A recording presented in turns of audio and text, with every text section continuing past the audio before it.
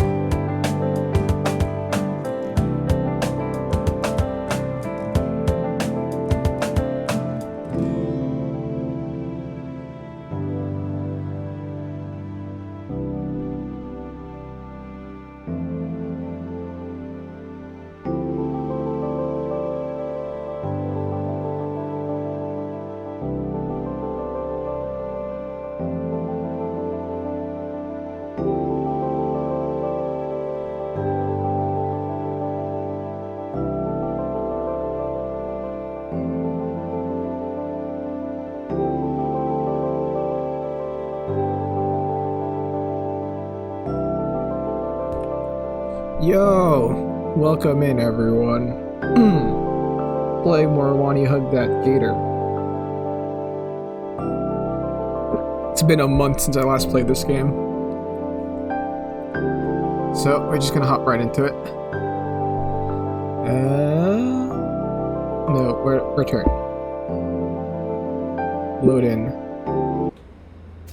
So I almost shot myself in the foot and saved over my previous save file from the demo. Thankfully I had an autosave, so I was able to get back to it.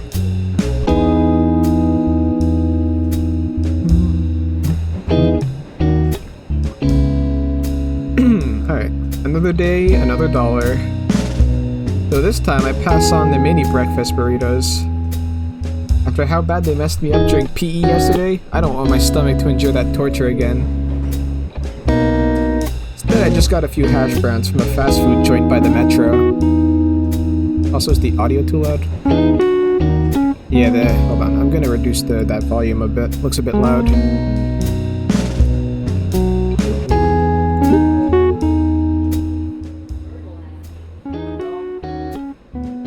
There we go. Okay. I at least scroll through my feed, as I usually do, while the metro jostles about to my destination. It's been a few days now, and the strange scent of extremely cheap detergent and alcohol have become an afterthought. Some of the vines are actually plastic, and the flowers are little air fresheners. Oh, that's actually pretty cool. Not actually something I noticed, more so witnessed when a passenger tried eating one. It's actually really cool. Some of the vines are real though. For some reason, they go untouched anyways. Maybe they're just not tasty? Vegetarians don't eat the grass in their lawns after all. Right? Huh. Anyways. The lights have gone out and someone just dropped a wrecking ball next to me. Must be Mr. Ferris. What was my voice for this guy? Good morning, Mr. no. I was like, good morning, Inko. Oh yeah, no, that's fine. Good morning, Inko. Good morning. Has work been going fine? It has. Slowly, but I'm very thorough. I hate the idea of a place of learning not being an ideal place to learn. Oh, wait, this is Mr. Ferris. I appreciate our talks. Your perspective has really helped me understand the student body more. You're welcome. Hey. Hey, have you given any more thought to the fashion thing?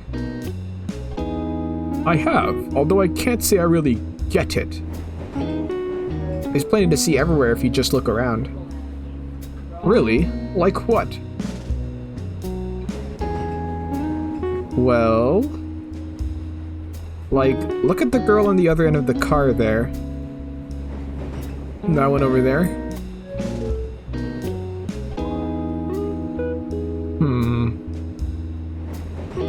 It's rather revealing. I don't think that's really for me. I love my wife.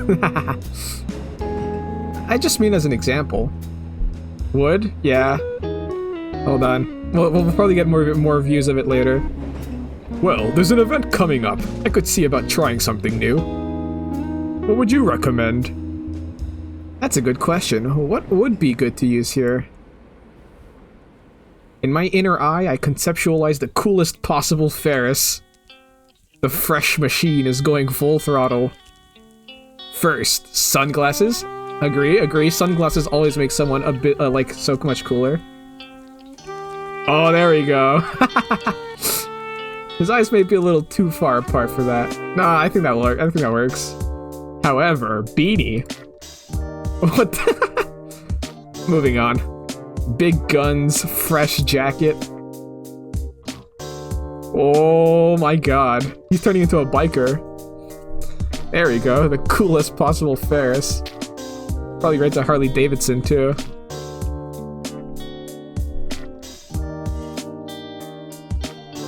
Mr. Nito? Sorry, just thinking. Why don't you start with... radial frosted glass dim room sunglasses, cotton refab beanie number 27, Malcolm seasonal cross print jacket. Well, I think the answer's obvious here. As a lover of sunglasses, we have to go for the sunglasses. Really now? Those all sound rather expensive. Nah. Okay, well apparently we chose all the options. Yeah, they are. You know what? Try a gold chain necklace. Oh, what? Yeah, just make sure it's appropriately sized so it doesn't look silly. I'm sure it would go a long way, and they're pretty cheap to get. Well, alright. I'll take your words for it. We sure talk about fashion a lot, though. Is that really all everything's about these days? Oh, of course not. What do you want to know about? What's YOLO mean? Oh no. I've heard the term thrown around recently. Recently? Yeah, that was like 5 years ago. Oh. Get with the times, boomer. Mr. Ferris and I had talked more about contemporary urban slang until we arrived at our stop. Educating the old man on what a gyat toilet is.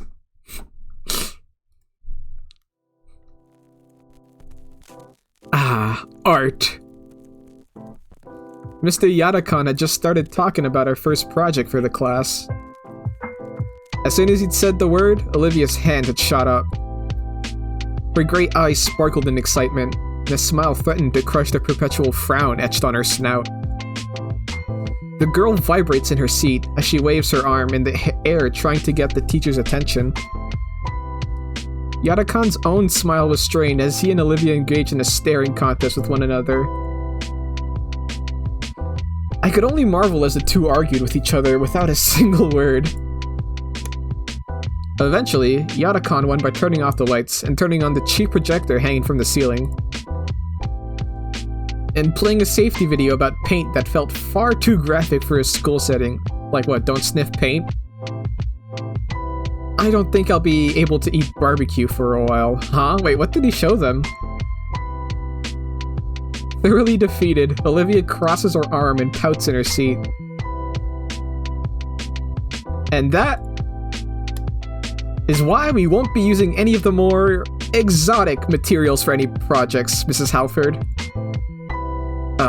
Maybe I should have just skipped breakfast entirely. What the fuck did you want to paint with? What was my voice for her again?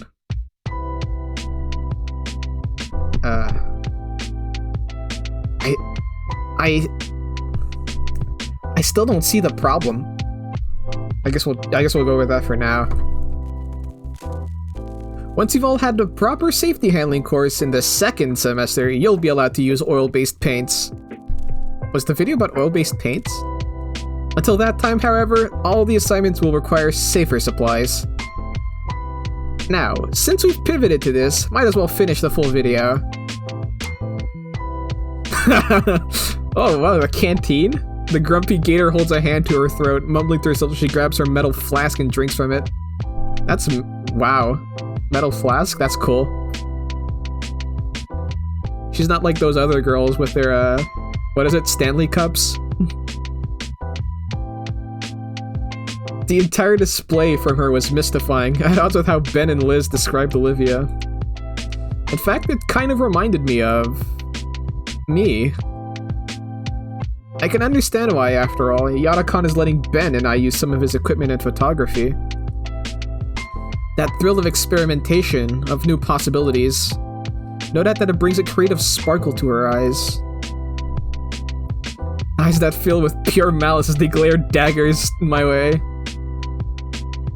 The Starbucks glass cup got a new upgrade. What's the Starbucks glass cup? Are we talking about the Stanley Cup thing?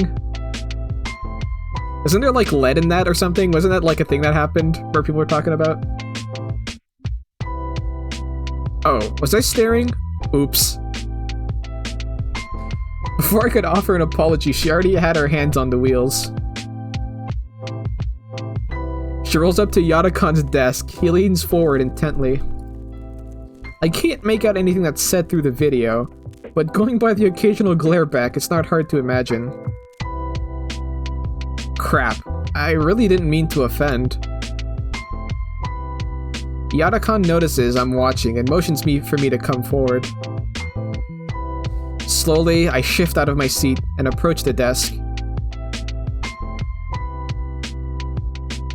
Alright, is something going on here?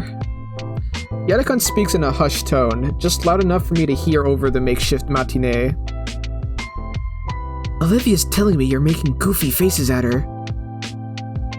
No, I said he's been staring at me all through class. Huh. It's weird, like he's never seen someone like me. Can't you move him to a different seat? Now hold on a sec there, Olivia. Let's not get ahead of ourselves. I'm sure this is just a misunderstanding. Mr. Yadakon! It's like she's a different person here.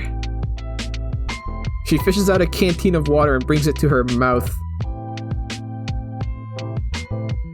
You're given a lot of leeway when it comes to seat assignment, but asking for something like this? I just want him to leave me alone. She sips again. What's that about? Well then, Inko, you tell us.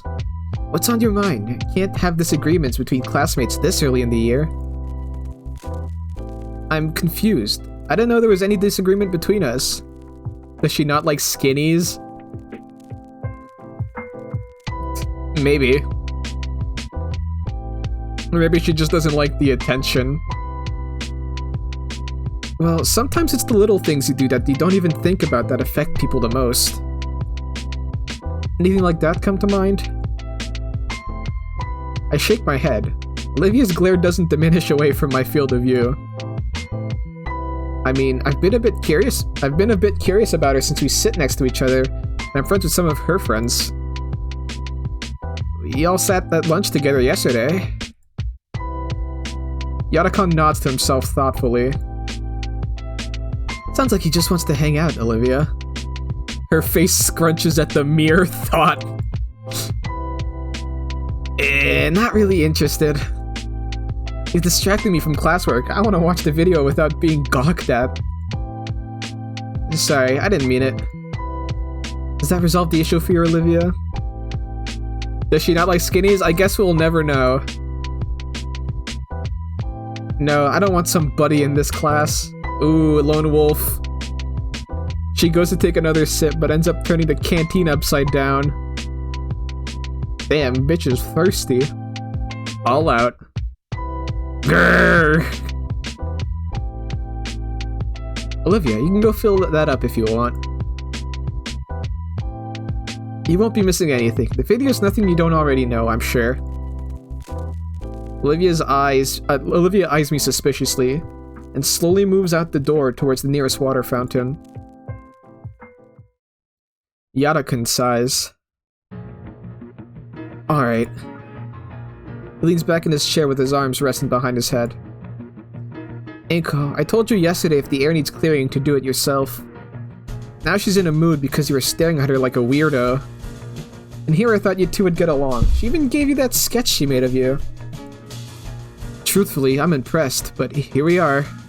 What's going on, big guy? Again, sorry. It's been a pretty busy few days. Yeah, I've gotten into a cool friend group. We're all gonna sit together at lunch. Olivia's there too. She didn't say much, but I got her a soda. Don't know why she's so upset at me. It's nothing personal, Inko. It's not? She's reticent, especially when it comes to change. If you're at her lunch period too, I can see why she'd be wary of you. If you don't mind me asking, Mr. Yadakon. Yes? Why is she so open with you? How do you mean? Just now, she spoke more in that conversation than all the other times I've seen her yesterday. I saw the canteen. I figured it's something to do with her voice, but it's surprising. Oh yeah, her voice is a little raspy, right? Her water bottle's the other way around. It's unfortunate, but she's just really rarely talks at all. And I guess she just really trusts me. I've known her since she was a freshman. She seemed to gravitate towards art and how I taught it, and soon enough, I took her under my wing. But she lives with Damien, right? He's at the lunch table and she still barely talks to him. Poor kid. Hope he's doing alright. He seems to be alright. but yeah, she's distant to everyone else. So much so I keep hearing weird things about her. Yada-kan leans forward in his chair, suddenly attentive. Is this about you gossiping with Ben yesterday? A bit. He showed up to the table and said something about her being the same after she left. Probably some drama there, but I don't want to pry. He nods. But also, Liz told me some weird things too. He stops nodding. I know of her. Is something wrong? No, she just said I shouldn't get invested in being her friend. Everyone's being real weird about it, so I was curious for myself. Guess that's why I was looking at her weird. Sorry. Yada-kan rubs his temple. Honestly, Mr. Inko here is being incredibly straightforward with the teacher about his motives. Ay, it's worse than I thought. What is? I'll put it this way.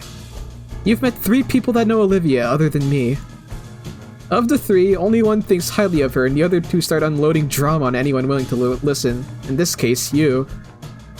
No wonder you're confused. I hadn't thought of it like that. I don't blame you. You shouldn't be involved in anything stupid. High schoolers, you know? I guess. Hey, you're speaking to a high schooler right now. Yada-kan inhales, collecting his thoughts. Important question, then. Do you really want to be Olivia's friend? Huh? I mean, I guess. A judging eyebrow is raised my way. Are you really, or just curious about her? Seems pretty serious about this. Yes, then. Olivia returns to class and rolls right back up to the desk. Back. Have you changed this desk yet? Yada-kan nudges his head towards me expectantly, prodding me on. I'm sorry I distracted you during class, Olivia. She looks to Yada-kan and gets a similar nod. Sure? I mean, you're welcome. I mean, thanks. Shit. But, no, really. I don't want to be distracted. Come on now, Olivia. The least you could do is give him another chance. You never know. I don't really want to know. I get he's, like, friends with Damien, but I don't really want to, you know. Not in this class. But I'd like to be your friend. She stops and raises an eyebrow. Lots of those going around recently. Like she was expecting this response. She looks to Yada-kan for help.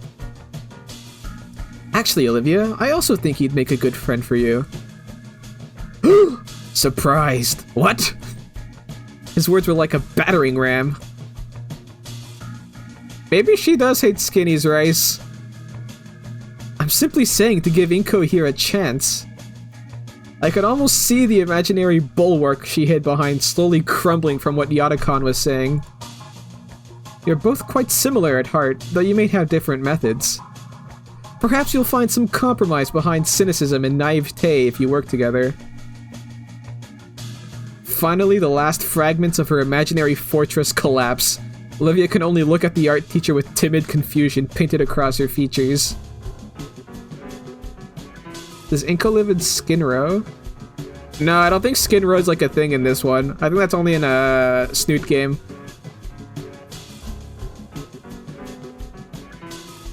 But truth be told, I don't think we've really got too much detail about where he lives. Just that he commutes to school, and that both of his parents are. I think he lives with his parents, but they're just never around. Well, I don't. Are you for real, Mr. Yada-kan? I am. He's actually in another class of mine. I've seen him. He's passionate about his camera like you are with a brush.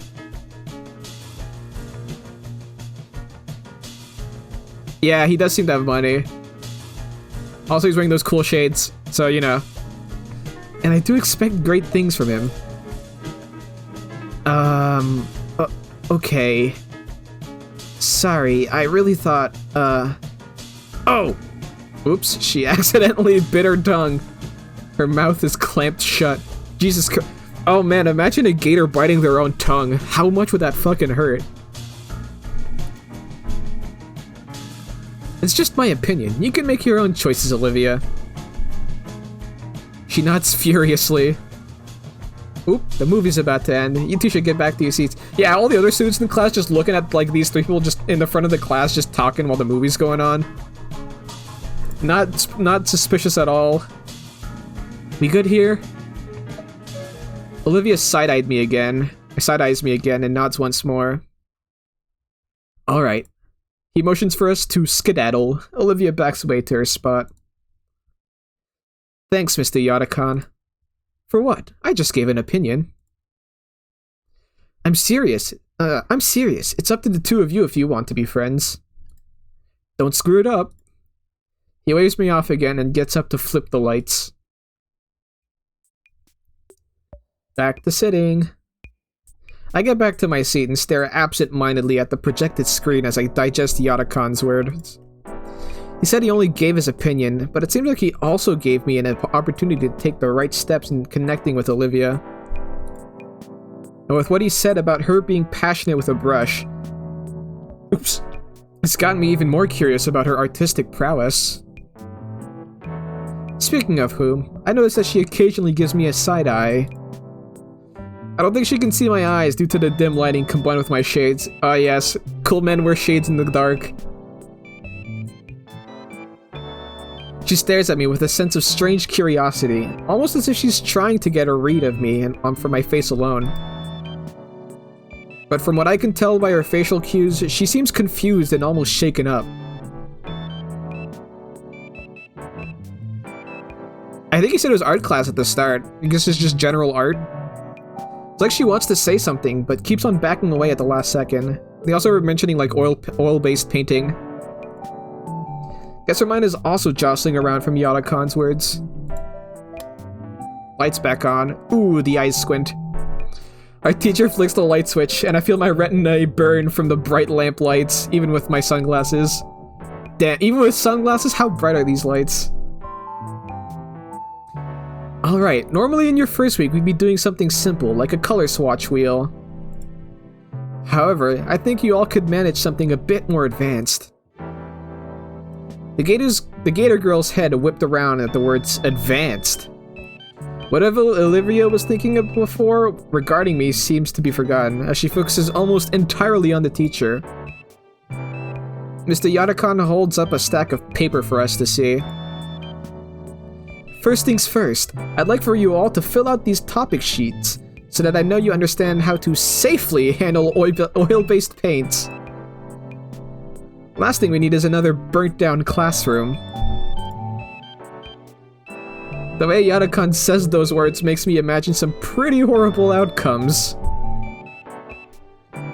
Once you've finished your sheets, bring them to me so I can review them. I'll be giving you the permission sheet after I know you lot won't set yourselves on fire or poison yourselves. Ah, but come on, oil-based paints taste so good! The Allosaur guy in front of me hands back the stack, and I take a page from it before handing the rest to the Diplo girl behind me. Diplosaurus, I think? My eyes scan over the sheet. What grade of mask do snouts longer than 3 inches require? Ah, well, the good question. I hope you know that answer. And a realization hits me. I didn't see the first half of that video.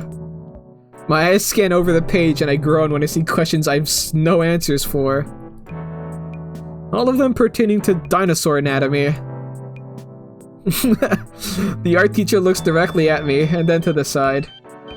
I try to decipher his meaning, follow his eyes. Oh. I turn in my seat and lean closer to Olivia. Hey, what? What now? What? What is it? I'm not gonna let you draw me. What the hell? Looking at her paper, I see that she's clearly answered the questions I couldn't. I share my own page, tapping the upper section that was still blank. That face. Olivia groans and looks to Yadakan pleadingly. All she gets for her troubles is a thumbs up. Thumbs up.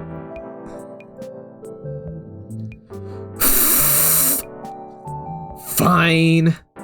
Fine, fine, fine. Here. She holds out her sheet for me. Wait, isn't this cheating? The art teacher wouldn't. When did he get to his desk? Why does he have a sleeping mask? What the fuck? If I look over the answers, I still learn the safety procedures. So what's the difference in the end? That must be what he's thinking. Either that or he doesn't care. Alright, Inko, set the building on fire. It is your destiny. I copy the words from Olivia's sheet, doing my best to at least rephrase them. Some of my classmates are already walking up to Yodakon's desk. He's barely reading the pages, not even taking the sleeping mask off. Holy based, I want to teach you that puts a sleeping mask on. Thanks, Olivia. Whatever. Olivia finishes her page in a few seconds and wheels herself to the desk too. The last answer I'm fairly confident on. Like what flashpoint means. The flashpoint I believe is the temperature at which it instantly ignites? I get up and go to Yodakon's desk and set my safety assessment down. Good. Here's your permission slip to use hazardous paints. He didn't even bother to look over my worksheet. Lifts the eye mask from his face and looks at me with one eye. What? Most of that stuff doesn't apply to you, Inko. Just don't drink the paint or get it in your eyes, and you'll be okay. No, let me drink it! I need to drink it! Yes, Mr. Yodakon. Attaboy. Now go back to your desk and wait for class to end. Tomorrow I'll be starting you all on something simple. Yeah. I mean, listen, oil is good. Like painting a cube. Or a ball. Yeah, model dodgeball painting. Oh, don't give him trauma. The eye mask dropped down, and I returned to my seat. The class's clock reads 5 minutes until lunch. Olivia's back to leering at me.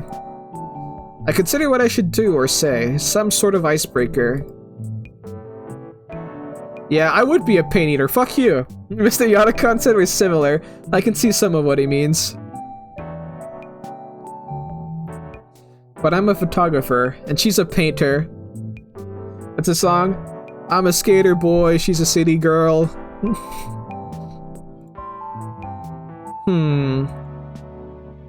So a cubist and a Dadaist walk into a bar. Oh my god, we're going into some art shit right here.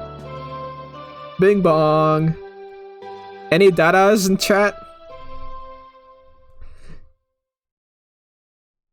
Yeah, no, that was not my. I don't even fucking remember the melody. I just vaguely remember the lyrics. Have a good lunch now. The moment the bell rings, Olivia shoves most of her things into her backpack, not caring if her notebook gets crushed. Once she zips up, she races out of the classroom. Because she doesn't want to get caught in the chaos of the lunchroom stampede. Yeah, you shouldn't. You wouldn't want that either, buddy.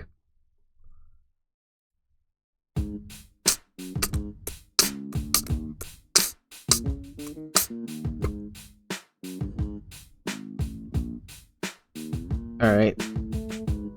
Need to teach my friend this baseline. I managed to avoid getting stuck in the frenzy by shuffling along the wall, the long way around the lunchroom. It's a bit longer, but at least there's less risks of getting used as an improvised meat club. Hey, why don't I just go in through the courtyard? It's right there next to the table. Damn it. Next time.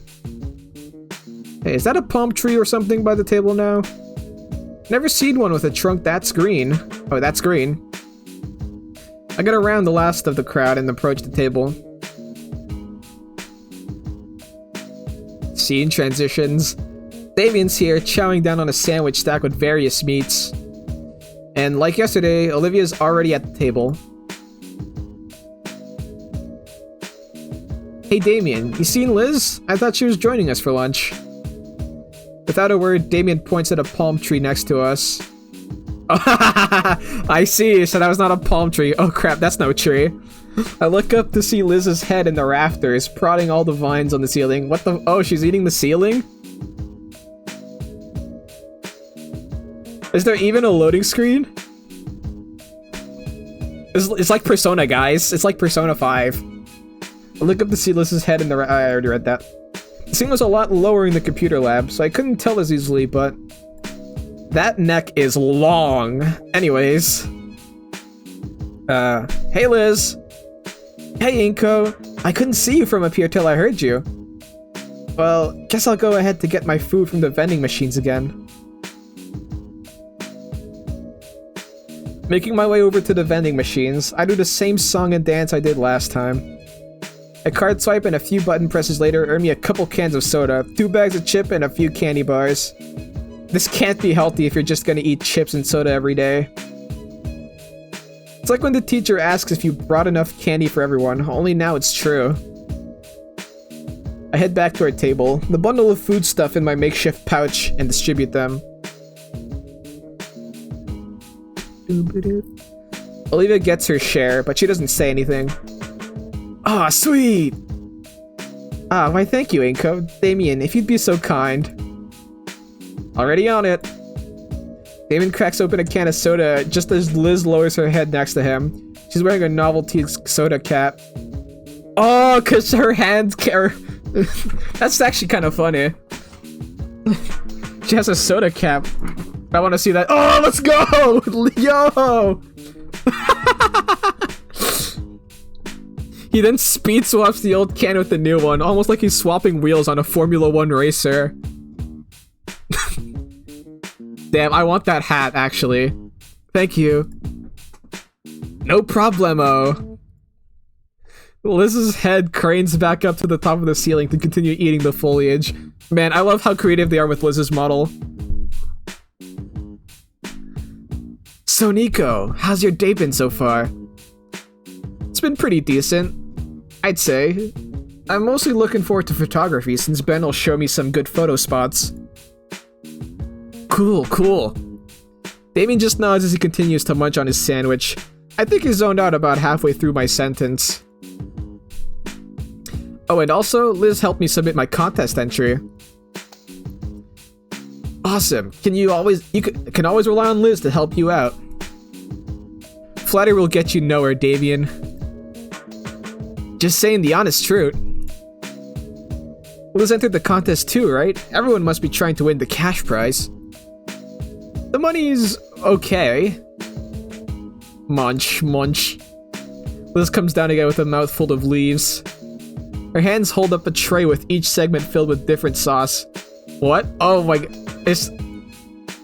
Oh, why can't we see the hand with the tray? That'd be cool. But the real prize is having your submission featured on the sponsors magazine cover and in the featured article.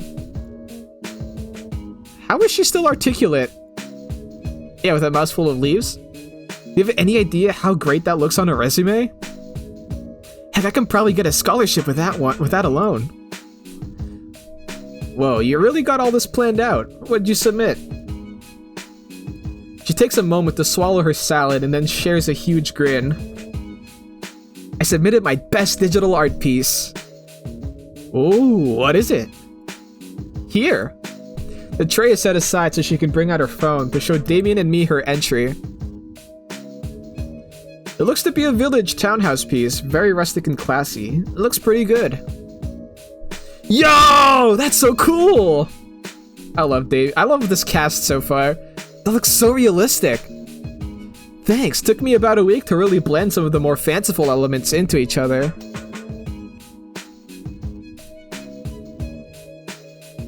I based it off my grandfather's home from the old country.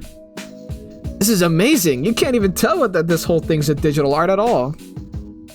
Why he look like Santa? Oh, why did you point that out? Now I can't unsee it. Fuck.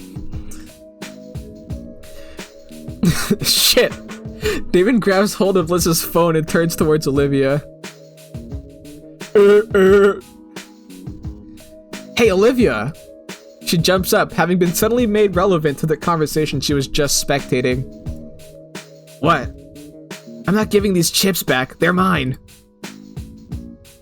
Huh? I was just going to show you Liz's entry. Olivia narrows her eyes and leans over to see the image on Liz's phone. She then looks up and gives Damien a quick nod before returning to eating her chips. Wow, that's kind of rude. Damien's smile falters a little at her minimal response, though he's back to his usual grin as Liz takes back her phone. Wow, Liz, I didn't know you were so into digital painting. That looks great. Do you plan on being an artist after graduating? Aw, thanks! Well, no, I don't plan on being an artist, per se. The plan is to be an antiques dealer, specifically with art. What's that mean? It means she buys the splattered canvases everyone else just uses for money laundering. Yeah, I was gonna say, she's into the money laundering business. Ah, no. It'll build the real deal stuff. There's a real market out there for it. So I'm taking the AP business class, and I'm using the school's prestigious art program. That's actually why I picked this place out. There's a real elite section of graduates from here. Oh, you're the school treasurer too, right? Sure am. I'm doing everything to make sure I'm ready for the real deal. I do love painting though, it's just not an ends to a means. Maybe that's why I want to get into trading. I can get the right people the right art they need. Hey Liz, ever heard of an NFT? That's very thoughtful, huh? I should start thinking of my future more. I wonder what Olivia thinks about this, if it even interests her. Damon is just exaggeratingly nodding his head up and down, and I don't know if he's agreeing with Liz or headbanging to some tune playing in his head. Huh? I look to the side to see Olivia staring down the chips bag, looking pensive. I guess I'm not the only one that's a bit worried about our long-term plans after school, compared to Liz. But we got the whole year still. What about you, Damien? Don't really have a big goal set. Only reason I'm going here is because it's the closest school to our home. Damien, you know I keep telling you about planning ahead.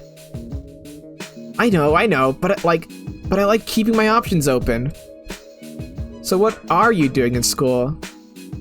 I just picked out any classes that seemed interesting to me.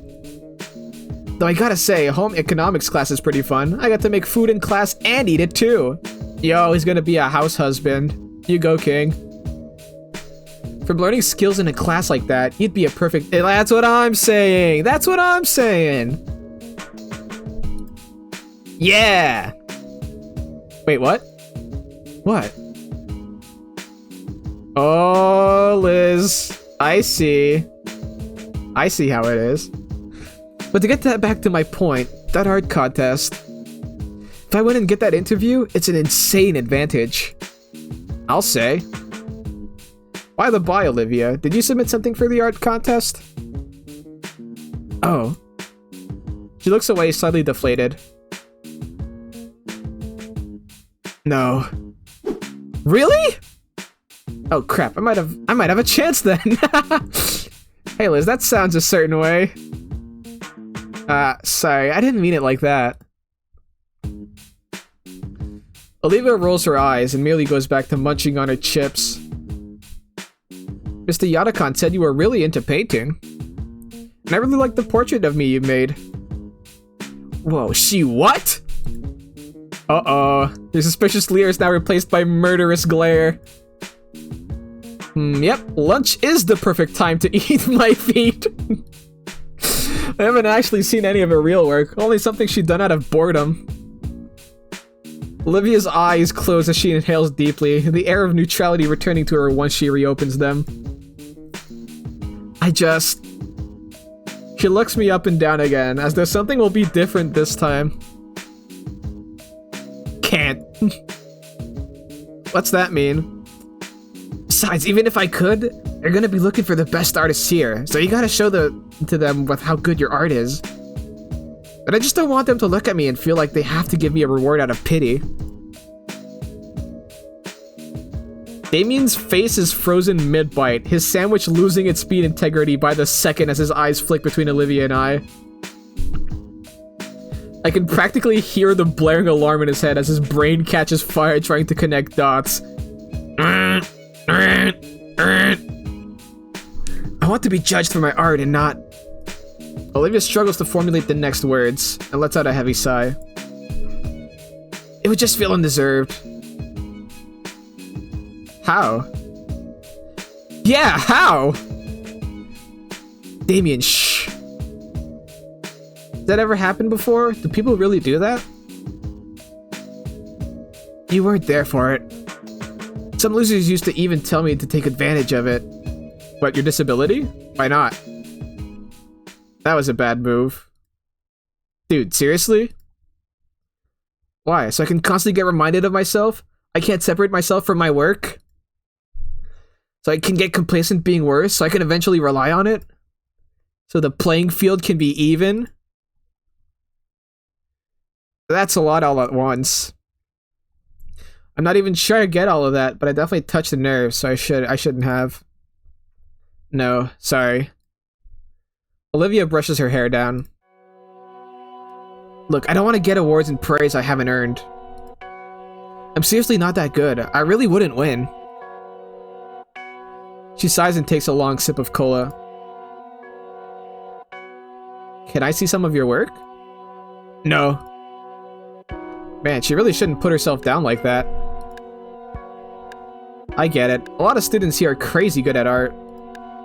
Some are probably better now than I ever will be, and they're just starting. It's pretty scary to think about. I mean, like that landscape of the city near the principal's office. Landscape? Hold on, I took a shot of it.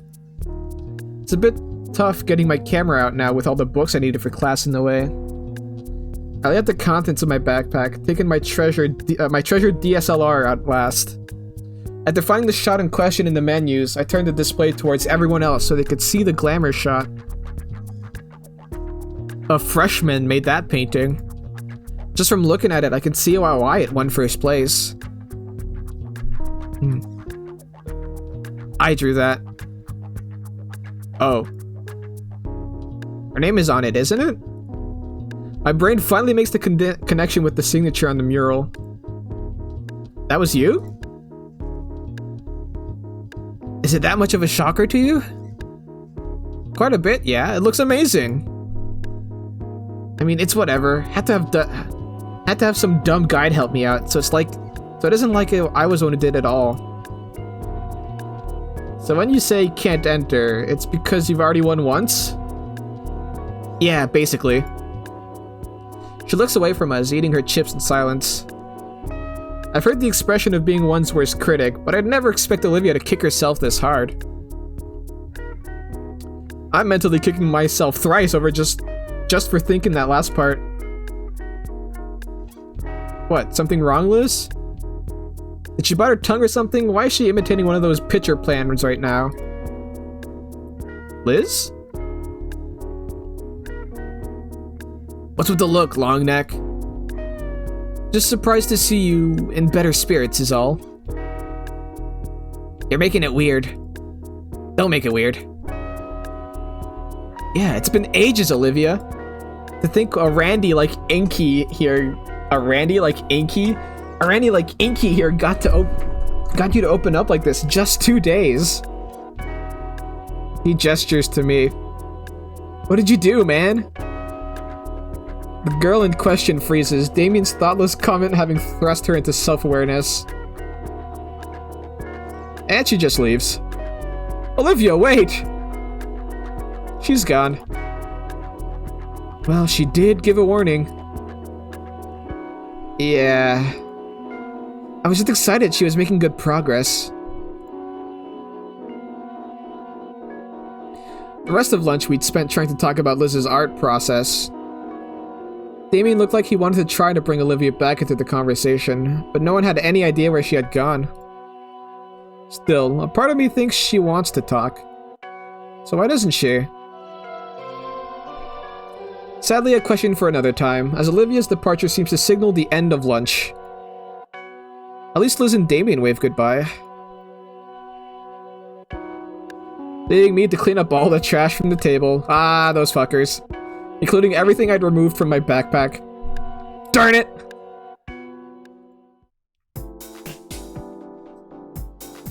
Oh, I think it's F? Oops. What did I just press? Oh, that removes me from full screen, I see. Oh! The resolution's off! Hold on! I can fix this.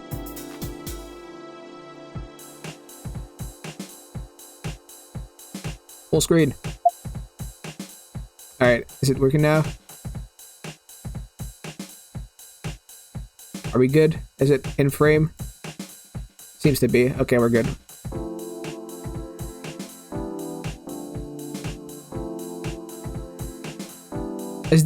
What do you mean? Is that the only thing I can fix? What are you implying here? Are you saying I can't fix her? Oh, well, what am I looking for again? It was the button to... There's saucy images? Okay, I'm keeping that off for this. Photography class comes and goes. Since we're partners, Yatacon gives Ben and I the green light to walk around the campus. Ben shows me around to see his prime photo spots and such, and as such becomes my impromptu tour guide. It's actually pretty neat to see the parts of the school that I haven't explored yet until now. Places like the music hall and recreational pool were the most interesting to see. Currently at the courtyard, Ben points out the views of the outer landscapes around the school. No wonder why Ben was eager to show me. These views are impeccable. While he's explaining the image he has in his head, my mind still wanders back to Olivia. I wonder what I did to make her express herself so much. Inko? Inko! Huh? I was asking if you'd be available sometime during the weekend to take photos. Oh, I'm free on Saturday. Excellent. We can meet up back here. Sounds good. As we head back to class, I begin to think if there's something I can do in history class.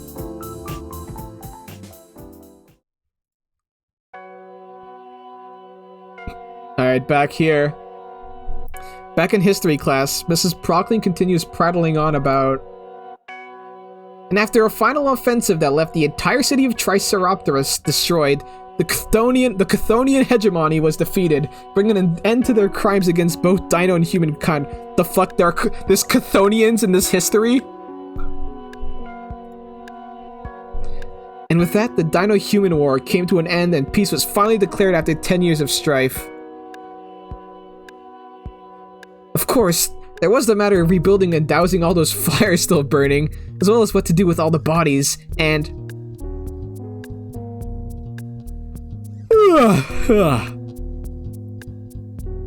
I should probably care more about Procklin's lecture since history has extremely strong cultural connotations, but man, is it boring! Ahead of me, Olivia has returned to her default sullen, deflated gloom. She's not glaring back at me, so she's probably over whatever that was. Or she still doesn't know I'm here. Boy, will that be entertaining to see. Assuming I don't end up with a mechanical pencil jammed through a lens. The other students are similarly bored, only occasionally marking down something whenever it sounds like it'll be on a review sheet at the end of the week. There is, of course, no more note passing today. Mrs. Prockling's effusion today must still be on their minds. Oh, yesterday, fuck. Yeah, that was a good scene. There won't be any more chances given, and even though she doesn't seem threatening on her own, the consequences would be dire. Especially because she can call Solly over like her own personal enforcer. God. There's simply no getting around it. This is just a period we'll have to sit through. There isn't even solidarity to be had in our shared misery. It's simply the reality of high school and history class. The only saving grace is that she isn't stalking around the room looking for us to do something wrong. Instead, we're being lectured at. My hand mechanically copies down whatever she's written on the board. And while I should also be paying attention to what Mrs. Procklin is saying, I'm more than certain that we'll be reading the exact same thing from our heavy textbook. So my eyes wander away from her and the board to scan over all my peers, all equally as bored and feigning interest. Eventually, there's a bit of movement ahead of me. What's she up to now? Olivia folds a sheet of notebook paper back and forth discreetly, creating a deep crease. Then she licks her fingers and runs it along the crease and gently pulls. The paper rips along the seam silently. Oh, is she really risking it? What's she even got to gain? It's just a note passing game. Maybe she feels bad because she got caught yesterday? Oh boy. Olivia passes the note to her left. The student next to her raises an eyebrow, but surprisingly takes the note. And immediately passes it on without looking at it. One by one, my classmates pass the note along to the next. Nobody dares open the note and write something in it. I surreptitiously keep track of the note in the corner of my eye as it makes its circuit around the room. Thankfully, Mrs. Prockling's eyes are focused on the board when I feel a tap on my shoulder. I reach for my ear as if to give it a scratch, and then the folded page is pushed into my waiting fingers and against my ears. Ooh, that's pretty smooth. I feel an edge grind against my earlobe. I chew my lip to keep the hiss of pain contained. Probably unintentional, but a paper cut still stings bad, especially on such a— oh my god. Ah, fuck, that hurts. No, a paper cut on the ear? My fingers toy with the bundle of paper now at my desk. No one else had bothered with it. I wouldn't exactly call it an empty canvas, but there could be potential here. There's a crumpling noise beneath my fingertips. Must have unfolded it while I was thinking. Looking at the sole doodle on the sheet, I see a pretty simple rat drawing with a very realistic hand next to it giving it a thumbs up. Oh, I want to see that. I want to see it. Show me. There's plenty of space this time. And Mrs. Prockling is preoccupied at the front. I doubt she'd even notice. The temptation is there, making my fingers itch at finally getting a real chance to do something fun in this sleep-inducing class. In fact, I have the perfect idea in mind that'd catch Olivia's attention. If that doesn't ruin everything, that is. Or if that doesn't ruin everything, that is. She's not uncompassionate, but Mrs. Prockling has a lot less tolerance for horseplay in her class. We probably wouldn't get another chance. And going by Coach Solly's one chance policy and how these guys aren't even considering playing along, I bet it really wouldn't be pretty. Kinda makes me concerned for Olivia. I could just hold on to the note and give it back after class. Heck, Olivia would never even know. I don't think she even knows I'm in this class.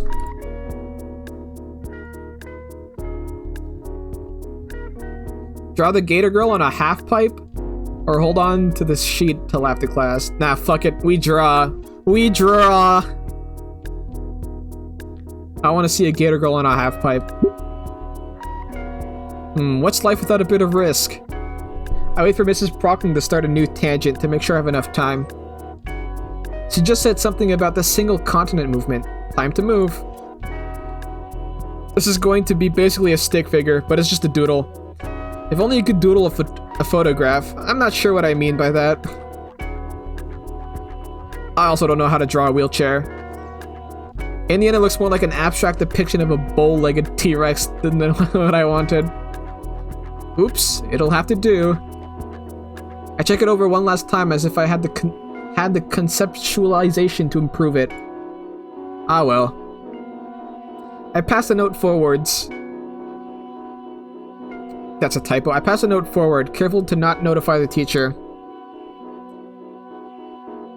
Olivia takes the note over her shoulder, once more not checking it. She seems to deflate a bit on opening the note. Probably because of all the blank space. Doesn't look like she recognizes whatever I did either.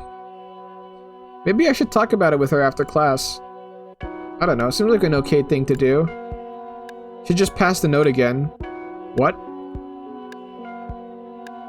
Once more, the process of students taking the note and passing it along without looking at it. Although this time, it's a little more collectively annoyed. It probably won't go around again. Why the heck would Olivia send the note around again? Nobody's going to change their mind and draw something now. Is it desperation? Thoughtlessness? Whatever it is, this note's coming my way again. Once I take it, I confirm that yes, once again, nobody else wrote anything. However, there is a new doodle of a rat with a flamethrower from Olivia. Cute. Alright, guess this time I'll draw. How about adding myself to the sketch of the half-pipe? This time I just depict myself as a stick figure. No use trying to go outside my skill level for a note-passing game. It's simple enough to do. I even include my sunglasses. Yeah, I'm liking this. Oh, that smile. Look at those teeth. Maybe I should also make sure Mrs. Prockling isn't looking my way. Yeah, she's not right now. I'm in luck. Alright, time to pass this on. Pass the note forward once more. Olivia pinches the note between the two fingers. Oh, between two fingers, still not looking back. I keep saying that, but I guess it's not weird. Why would you look back in that situation? She checks the note and looks a bit down again. She glances up to the corner I'd drawn in. Crack! I nearly fall out of my seat from the sudden loud noise. There's a moment of unwavering silence before a voice speaks up. Mrs. Halford? The girl in question shrinks in her seat in embarrassment. Sorry, Mrs. Prockling. I, saw a spider. Mrs. Prockling simply sighs, muttering to herself and turning her attention back to writing more notes on the board. She turns her head back slowly, just enough to be able to make eye contact with me. While she eyes me with judgy contempt and curiosity, I see her hand is tenderly massaging the tip of her tail. Looking at the floor, I think she managed to chip the linoleum. Jeez. As soon as Prockling turns around to continue teaching, Olivia scribbles something down. She turns to look at me once more, hesitating, then she flicks the note in my direction. It completely misses me. I try to catch it midair, but I end up slamming my face onto my desk to get it. Uh-oh. Mr. Nito, what was that noise? I palmed the note into my sleeve and strained to keep my injured eye open. The teacher probably meant the foot stomping. I found that spider, Mrs. Prockling. The teacher grimaces. That better be cleaned up by the end of class then, Mr. Nito. Yes, ma'am. I breathe a sigh of relief as my excuse weathers Mrs. Prockling's stare. She turns a few pages in a textbook lying on her desk, instructing the class to do the same as she searches for something. She's distracted. I can finally see what Olivia drew.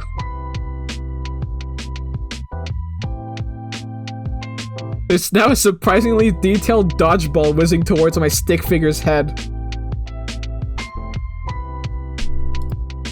I want to be upset, but I find myself admiring her motion lines. Seriously, she should be an animator.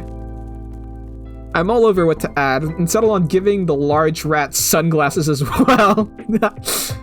A few seconds later, he looks twice as cool as before. Let's go!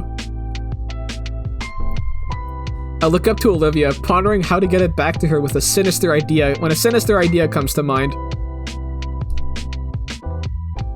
Her hood hangs open as it rests on her back. It's a tough shot, but... Kobe! Bingo. Olivia scratches the back of her neck and finds the note. She looks back with squinted eyes, judging my intent and scanning me for foul play.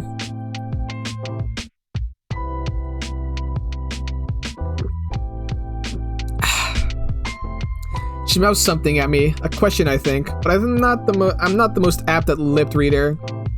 Do gators even have lips? Yeah, especially when said lips are thrice as long as a human's. Still, she unfolds the page, and seconds later, she's already adding a new sketch and folded it up.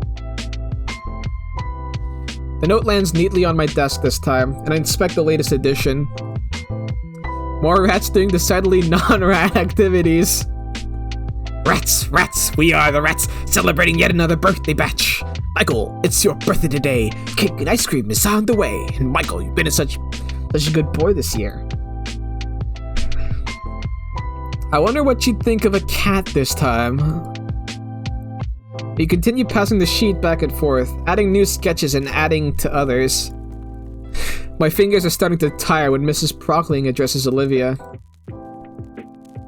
Alright, Mrs. Halford, you may leave now. Everyone else, you may take the last 5 minutes to start on your homework. Olivia takes her time to pack away her supplies, occasionally glancing my way. Gone is the paranoia. Now it's not just become plain confusion. If I wouldn't play the doodle game thing with her.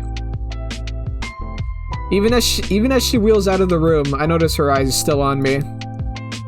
I give her a wave goodbye, and she seems shocked by that, turning her head and finally passing through the doorway. Right then, homework. Ah, crap.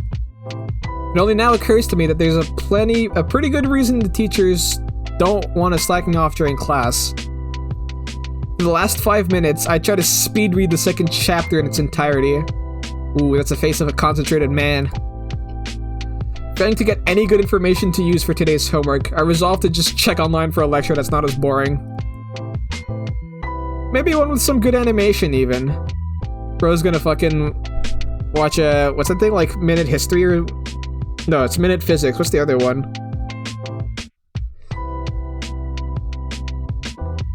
When the rest of us are finally excused, I realize that I've still got the page full of doodles. Considering all the stuff on it, it'd feel like a waste to just toss it away. Yeah, oversimplified, that's what it is. I don't know why, but the first thing that came to mind was the fucking alternate history channel. I decided to keep it, slipping it into one of my binders of extra plastic sleeves. Salmonella, I guess, could also count as a history animator, like something doesn't really animate. With everything safely packed away, I shoulder my backpack and exit the room.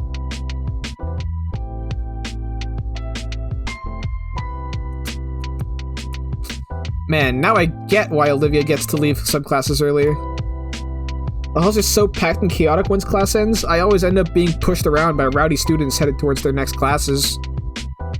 Once school ends, it's even worse. When I saw it yesterday, it was something else. The word riptide comes to mind. I end up just waiting around for a few minutes for the flow to die down. It's looking like that's just going to be my routine now. I passed by a few more art displays on my way to the stairs back down to the first floor. This isn't the art wing, but there's still a bunch of displays up. Maybe there simply isn't enough space? Something presses into my chest and lurches me to a stop. It's Olivia, holding an arm out to stop me. She's still staring up at me, though less suspiciously. Her jaw's open, but no sound comes out. She realizes her hand is still out and it retracts awkwardly, indecisively darting between her hoodie pocket and her armrest. Is she expecting something? Oh, the note maybe? Hey, you could have told me. Huh? You were in Mrs. Prockling's classes too. You could have mentioned that. Sorry, I guess I was sort of aiming for a bit of a dramatic reveal there. She brushes her hair aside. Well, whatever. Later, I guess. Why did you stop me out here? She stops her chair mid-turn, with gray eyes contemplating the dirty floor. I don't really get you. Olivia's eyes turn back to me, and now I can see the nervousness in her pupils. Why do you care? Why indeed? Well, I guess the main reason is... I want to be friends. With me, though? Sure. Those tiny moments at which I saw the Gator Girl hyper-animate come to mind, and I can't help but smile. Those small shows of just genuine feelings. I think Mr. Yatacon was right, honestly. Olivia hums in disagreement, finally turning away. Oh crap, maybe that was too forward of me. I swing my backpack around so I can reach inside it. I still have that note. Note? What, with the doodles? From class right now? Why? I just figured you'd want it. It was fun filling it out and all. Just as I'm about to pull out my binder, the Gator girl looks back at me and shakes her head. It's just doodles, you can throw it out. Keep it. If it's so important. For the briefest second, I swore I saw her mouth form a tiny smile. And now she's back to looking neutrally at... the elevator. Huh, I didn't notice the school had elevators. Why don't more people use it? She flashes a key from her pocket. So it's part of her accommodations. Makes sense. By now the hallway has cleared up a bit. The elevator arrives and Olivia rolls in. She moves her arms to push the button and jams the key in some slot. What's the look for? You coming? Yo, we got to ride the elevator! Let's go! I slide in beside Olivia just before the door closes. It's probably safe to catch her foot in and just reopen, but man, this thing is ancient. There's an inspection certificate lazily plastered above the door from this side. It's covered in coffee stains and other signs of age. Is this thing really safe? Olivia shrugs. What's the worst that'd happen? Our legs break? She eyes me with a smirk. This may have been a mistake. Ka-chunk.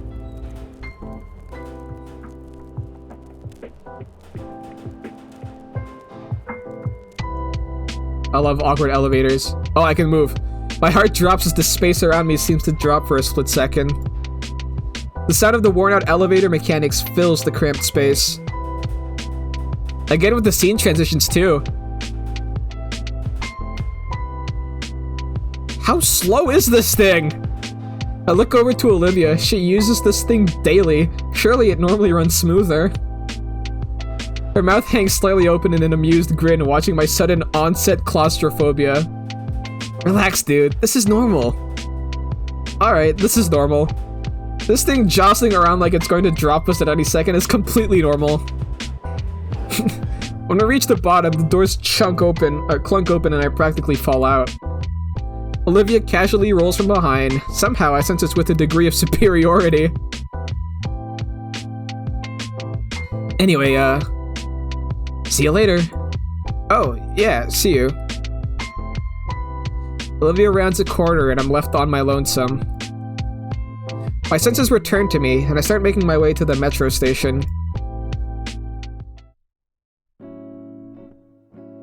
No, the girl's not there!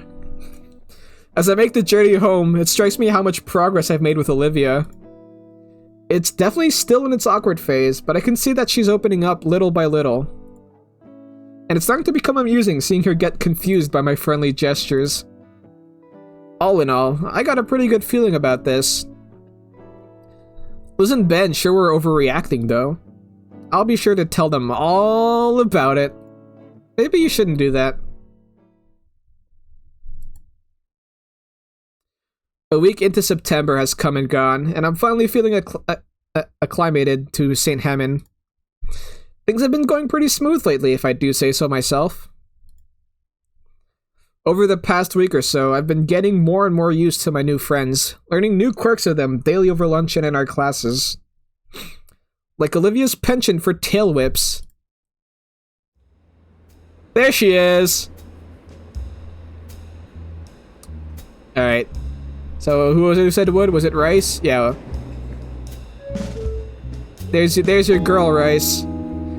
As I sit on the metro to school, my foot comes up to prod at the tender spot on my shin. I also learned not to borrow Olivia's stuff without asking. Yippee! She usually tries to keep to herself, even when we're partnered up, but I do my best to play nice. Not to say she's being rude or anything, just quiet.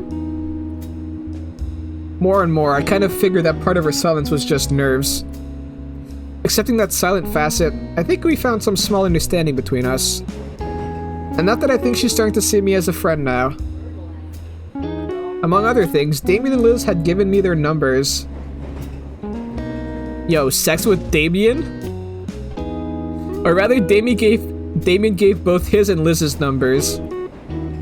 At first I thought that Liz would be mad that Damien had basically doxed her, but she didn't seem to mind when he explained his reasons.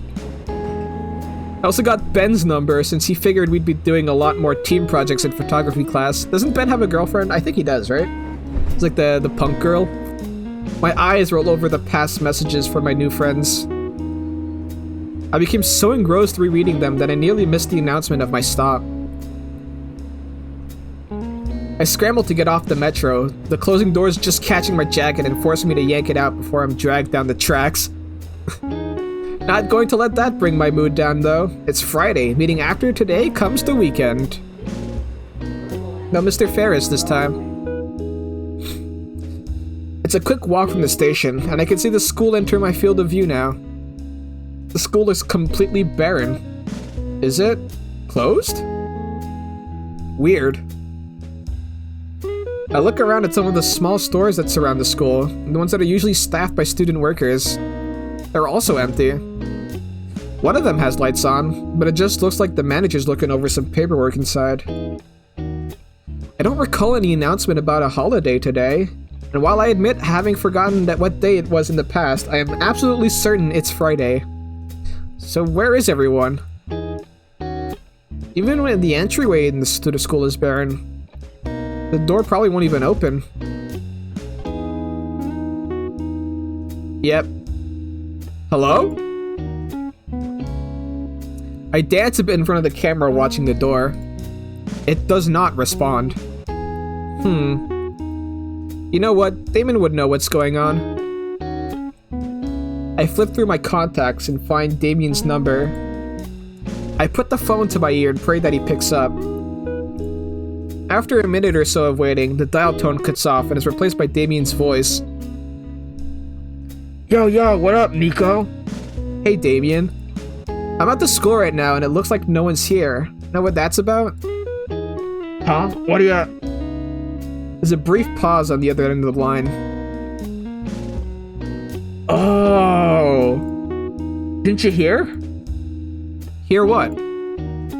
Today's the last warm day of the season, so everyone's celebrating. Celebrating? Yeah, we're actually having a cookout at my place today. Say, you want to come over? The generous but spontaneous offer causes me to hesitate for a moment to respond. Yo, cookout with the bros! What? No, thanks for the offer, Damien, but it's alright. I didn't want to intrude on your guys' party. What? That's no big deal at all, dude. My folks enjoy the company, and there's gonna be plenty to eat, too. Plus, Olivia's here as well. I weigh my options. Either go to the party, or... I could just take the metro back home and sit in my room, doing nothing. Look, he even has consoles. He has a Wiimote there. Come on, you gotta go. You gotta go play the Wii. Inky, you still there, buddy? Yeah, still here. It was just clearing my schedule. I'm sure it wouldn't be an issue. Of course not, amigo. A friend of mine is a friend of the family. Well, alright then. Nice! I'll text you the address. See you soon, compadre. With that, the call ends, and not a few seconds later that I get a text notification. D-Man! Alright, everyone, write this down. 61-193 Crichton Road.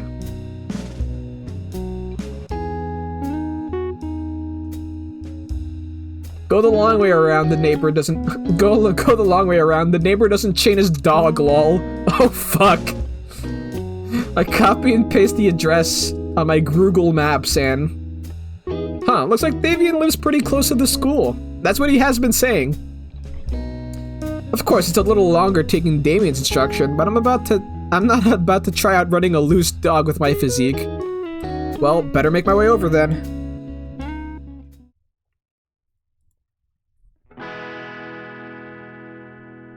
Yo. 61,189, 61,191. Hey, here it is, 61,193. The house looks standard just for a house in this neck of the woods, or neighborhood. It's a one-story place, but it looks pretty spacious. Definitely a family house. I walk up the stone step path to the front door and ring the doorbell.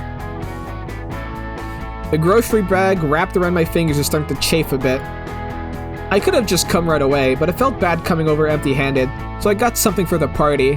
That's some good manners. A simple salad bowl from one of the local stores on the way over. Doesn't seem like much, but as my mom taught me, it's courteous to come to a party with something. I mean, wait, aren't both of his friends like carnivores? Actually, I realize how Olivia can eat potato chips, so I guess she's fine. Actually, I realize how ill-prepared I look for an end-of-summer celebration. With Damien mentioning a pool, everyone else must either be wearing casual clothes or swimwear. Meanwhile, here I am looking overly formal. Not like I could have thought to bring the swim trunks to school. The door swings open and out steps Damien. Inko? Wow, man, you're crazy early. You've come bearing gifts. Yep, here I am. I didn't want to come empty-handed, so I stopped by the store and got a salad. Aw, you didn't have to, dude. Seriously, though, you really didn't have to. I knew it. My family and I are carnivores. But thanks! Still, it's like not even 10, man. Oh, you didn't give me a time, so... Nah, that's my bad. Still, since you're here early, you got already come in. Well, don't I feel silly? Damien still accepts the grocery bag and chucks it off to the side somewhere. Come on, everyone's out back right now. He turns back, making for a sliding door on the opposite side of the house.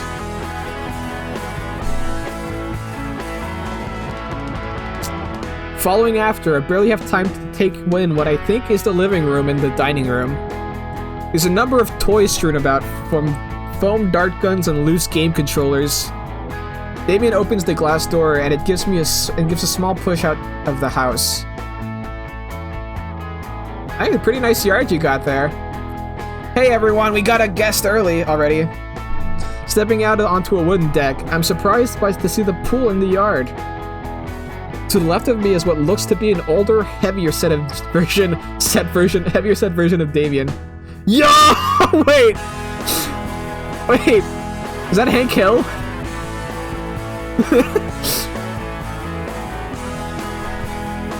It's Hank, right? He kind of looks like Hank. Well, howdy there. Hello, sir. I'm Inko. He shifts the barbecue tongs from his right hand to his left so he could shake my hand. Randy Payne. You can just call me Randy, though. I hit the grimace as we shake hands, feeling what I'm guessing is a very sticky marinade now clinging to my palm. Yeah, he's the propane! Didn't think someone would come this early. Just finished getting the good stuff all sauced up. As soon as he lets go, he focuses back on the piles of different meats heaped up next to the grill. Man, I just want a grill. Meanwhile, I grab some nearby napkins to wipe the sauce from my hand. Oh, what's on the menu? Let's see here. We got briskets, flanks, ribs, sirloin, tenderloin. Oh, what the voice? Top sirloin, bottom sirloin, rounds, and shanks.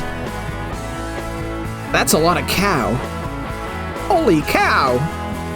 All marinated in my special mix of wet rub and dry rub seasoning. Ooh, that sounds good. Oh, that's a lot, Randy. Me, Damien, and Soph will be doing it in shifts. If you're interested, I'll let you lend a hand too. If the missus doesn't rope you into carrying too much around. Sure, sounds fun. I've never actually grilled. Oh no. It's not too tough, you'll see. Now that I'm here, I can finally ask Damien the question that's been on my mind. Hey Damien, so I've been curious this whole time. What exactly is this celebration anyway? Oh yeah, I haven't told you yet. Well, you see, before Damien can properly explain, a motherly voice cuts him off. Alright, let's see. Damien, sweetie, you shouldn't keep your baby brother waiting any longer. At the mention of the younger sibling, a tiny Damien clone jumps over the deck railing and... Oh, he's so cute! What? Acid punch! Yo! Oh god, why? Why? Oh. Wait, where's that from? She kind of looks familiar too. And I know it's like a Mickey Mouse Dino shirt, but... Finny!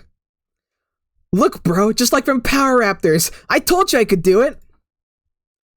I am so sorry, Inko. Vincent, this is why I don't want you watching those violent shows. Oh no. The younger Dino isn't listening. He's already run off to find another victim. You alright? Yeah, I'm fine. Was that really acid? No. But here, you should wipe that off. Now. I took the towel handed to me and wipe off the splotch on my pants from where the Vincent had punched. Dilophosaurus spit only gets more acidic after they reach puberty. I begin to rub away the spittle from my pants with a bit more urgency. Thankfully, he's more than his mother. He's more me than his mother. Otherwise, you'd need a new pair of pants. Wait, that's an actual thing? Randy laughs. So, you must be Damien's new friend from school. Indeed I am. Damien's mom's head pops up in the side of the deck with a tired smile. Hello, ma'am. Thank you for having me. Oh, I didn't know we'd have guests so soon. I would have cleaned up more. You could just call me Sophia, dear. Speaking of school, Damien told me that you were there. Why'd you be going there today of all days? Oh. Honestly, I didn't even realize that today was a holiday. Usually I mark them on my calendar, but it must have flown over my head. Ah, it's no worries then. It's mainly us dinos who celebrate it. Yeah, Damien told me a bit about it, but I'm not sure I fully understand. In that case, I'd be more than glad to clue you in. Man, I can't keep this voice consistent. It's called Summer's End, as today marks the last warm day of the season.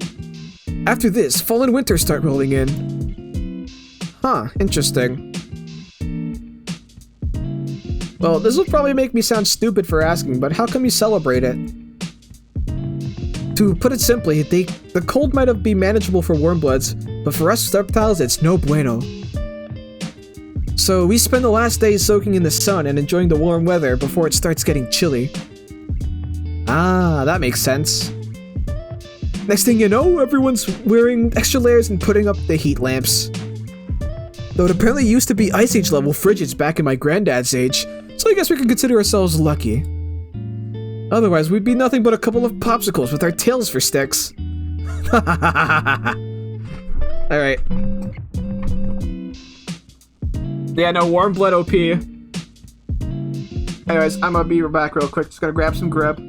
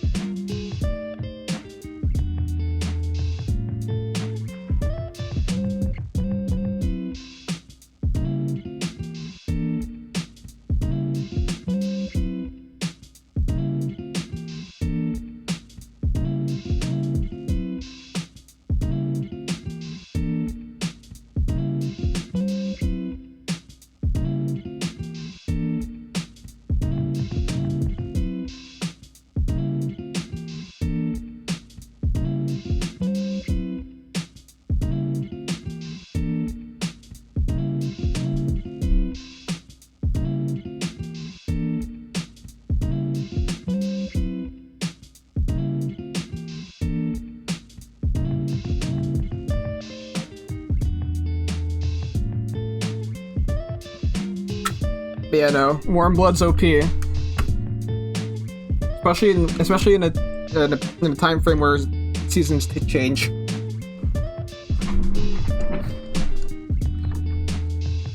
Birds are also cold-blooded, right? Because they descend from reptiles?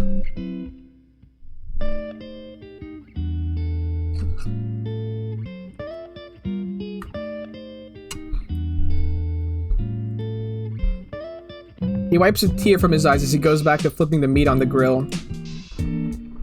Anywho, we're gonna start cooking up the food, so make yourself comfortable. Thank you, sir. I mean Randy. While Damien's dad attends to the grill, I move to the banister overlooking the pool. It's filled with a couple of aquatic toys and air-filled floaties. Man, I wish my place had a pool. Well, I do have extra jeans at home. Ruining one pair won't be a huge issue. Nah, at second thought, it'd be real annoying to deal with drying off and going home. Yeah. Wonder how deep... Whoosh. Is that Gator Booba? Ah! Ah! What the hell are you doing here? I was invited. Focus on her face, not on the other things.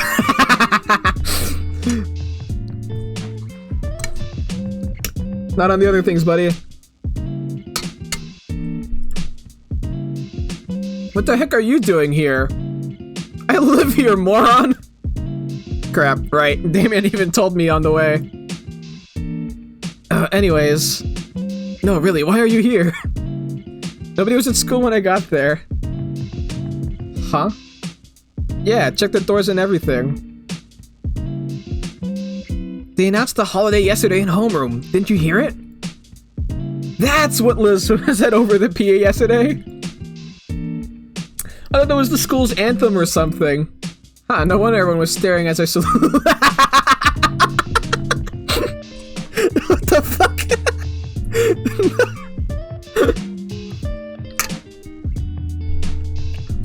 Holy shit. Must have not been paying attention. But yeah, ask Damien what was up. He said there's some event going on and invited me. Olivia sinks a bit into the water. Actually. Stupid question, but... Are you really okay to swim? There's that glare again. Of course, why wouldn't I be? Well, you know... Thankfully she gets what I'm saying. Sorry? She simply rolls her eyes. I like it in the water. I kind of wish I knew about all this earlier. I'd have brought my trunks. Ew, no, I'm not sharing my pool with you. What? Why not? Instead of answering me verbally, Olivia's tail whips up some water at me like a large wave. Yo, Inko, check this out! Olivia takes the opportunity to slink back into the water. I think she's doing a weird version of the dead man's float. Well, whatever. What's Damien yelling about? Yeah, Damien? Well, first, my little bro has something to say to you. Sorry for giving you an acid punch, Inky. Looks like he taught his younger sibling about my nickname, too. It's alright. Vinny! Vinny extends his hands for a handshake, though it's obscured by his sleeves. Vinny is a precious bean. And secondly, we need a few chairs out here. We got some folding ones, but also some from the kitchen. Got it. They're cheap wood, not real heavy at all. After the chairs, we can do the table together. Mom'd be pissed if that got dropped. Why? It's the only one we got. And after everything's set, we can play something fun. Okay, lil man? Vincent grins and bolts back toward the house. Damien chuckles as we both follow after the kid.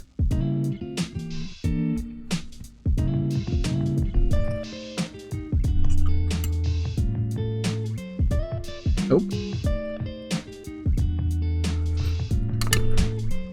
Ah! The table drops the few inches we were able to lift it without a hard crash. With a hard crash back onto the tile. I'd be worried about the cracks, but the floor is already pretty shattered around here from the years. This table must actually be their gold storage, and it's just painted to look like wood.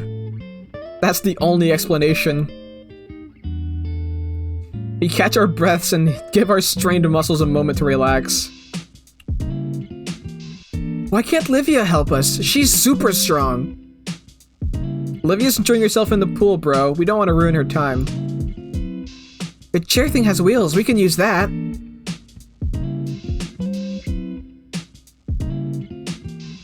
I think it might be a bit small.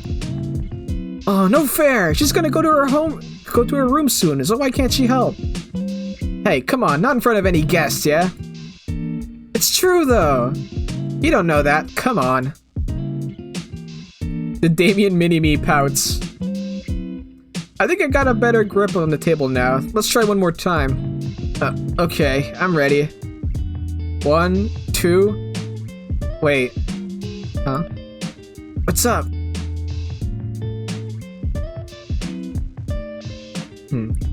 Oh! Mom must have been talking about the plastic table in the garage, not the dining room table.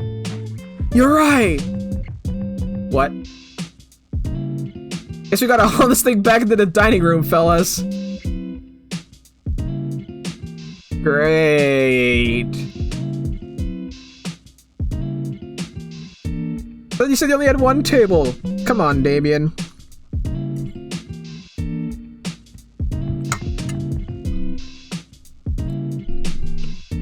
After getting the suspiciously heavy table back inside, Damien and I carry the much lighter plastic one out the door. As I catch my breath, I notice the younger dinosaur is gone. Maybe he ran off to do something else. Either way, I guess now's the time to ask. Hey, Damien. Yeah? What's that about Olivia going to her room? Huh? Oh, sorry, yeah, An awkward silence fills the air for a few moments. It's just... He doesn't really stick around for family events like this is all. Regular introvert stuff, you know? It's no big deal. That's not regular introvert stuff. Your parents are okay with that? Why wouldn't they be? She's her own person. Right. She usually makes appearance for food, though. Hey, speaking of food, you want to go check on the grill? Why? There's no way the food is done by now. I know, I just like the smell. Oh, alright then. Sweet, let's go.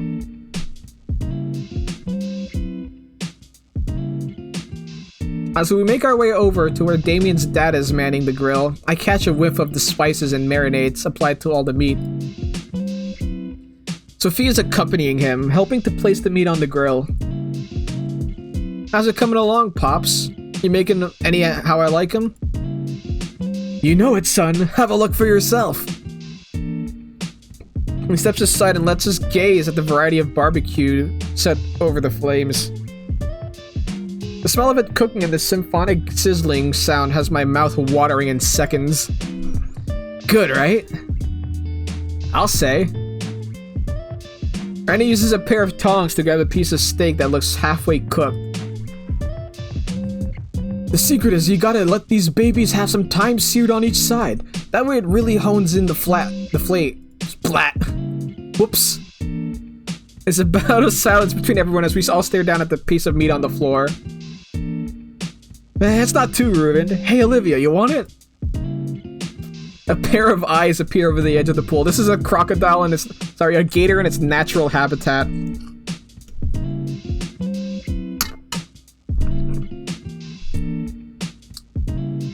Sure, toss it in. What's this now? Randy proceeds to chuck the steak right into the water as one would do with fish chum to attract fish. Whoosh! Jeez! Anywho, since you're our first guest, Inko, you get the honor of getting choice picks. Which one you want? Oh, I don't want to impose or anything. Ah, nonsense. Besides, better to get it in your picks now before the other guests arrive later. Hey, think of it as payback for all the soda and chips you've been getting us. Come again. Well, guess a burger is more convenient. I don't get to attend a family barbecue every day. Excellent choice, Inko. Want a rare, medium, or well done? Hey, Inko, go for the rare. Damien licks his lips as he says that. Rare, what the hell? Oh, carnivores, right. I'm pretty sure a raw burger would kill me. I'll take my burger well done. Aw, come on, that's the worst option. Yeah, I'm sure you'll want ketchup with it too. Come on, Damien. One well done burger coming right up. Yeah, not going to take any chances. Just saying, you're missing out, amigo. I'm pretty sure your mother was just messing with him. We'd never serve that sort of thing to a guest. There's no way we could afford the suit. He's got the dad humor down pat.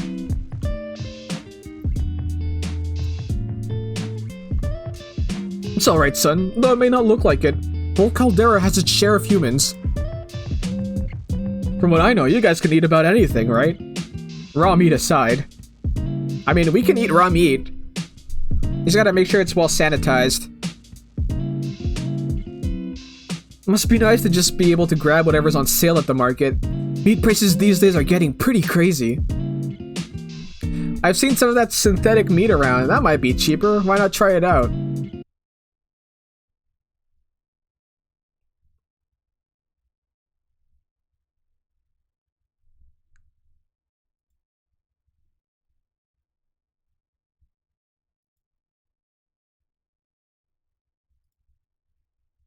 Even the grill!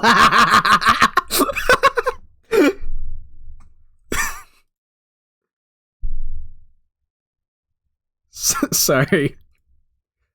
There's one tab where I stumbled into head first. Noted. Yeah, better change the subject before things get any more awkward. So, hey, Damien. I've been curious about this whole time. When even the grill is pissed off at you, you know you fucked up. The grill gods have spoken.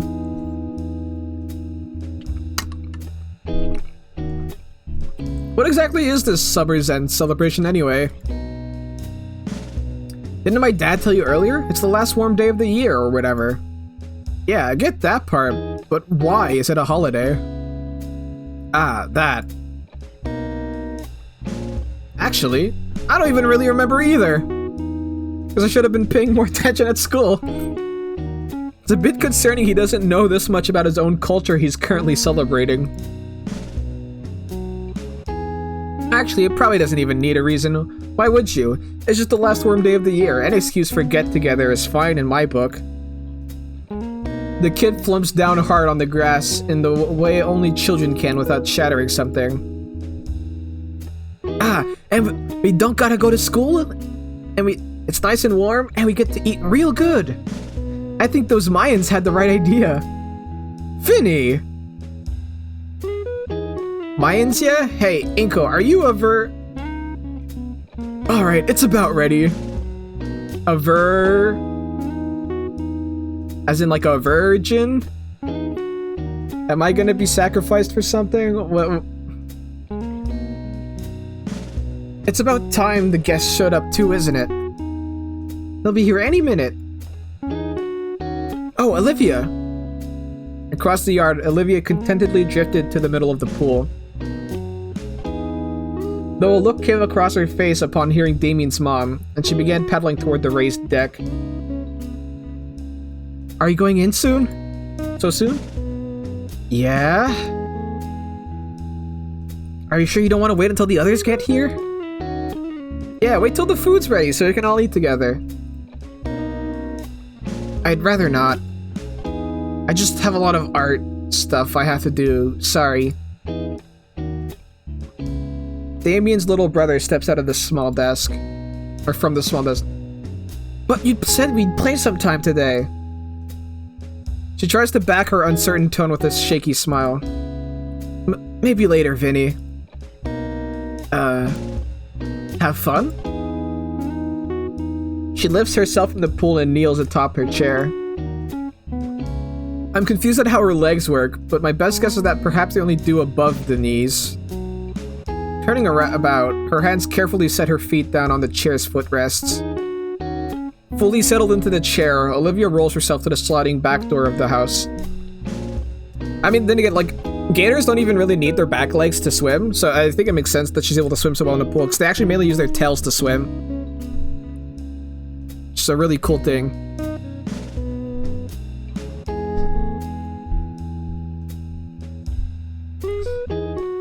I think the table is just about set. Now we really are just waiting on the others.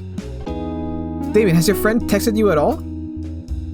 Yeah, Liz said she'd be here about now. Oh, it's Liz? Nice. She's bringing her uncle, too. Oh, snap, that'll be nice. I'll bust out the brewskis then. In fact... Damien shields his eyes and looks upward behind me. I turn too, but at this angle I can't see anything. Yeah, they're in the front yard. I'll go get him. Damien rushes through the back door into the house. A moment later, he emerges again, as if to show off the new guests. Come on, don't make it weird. Hey, Ev. Hi, everyone. Oh, Inko, you're here. Yeah, I got roped in. Neat. Come on, Uncle Mike. Through here.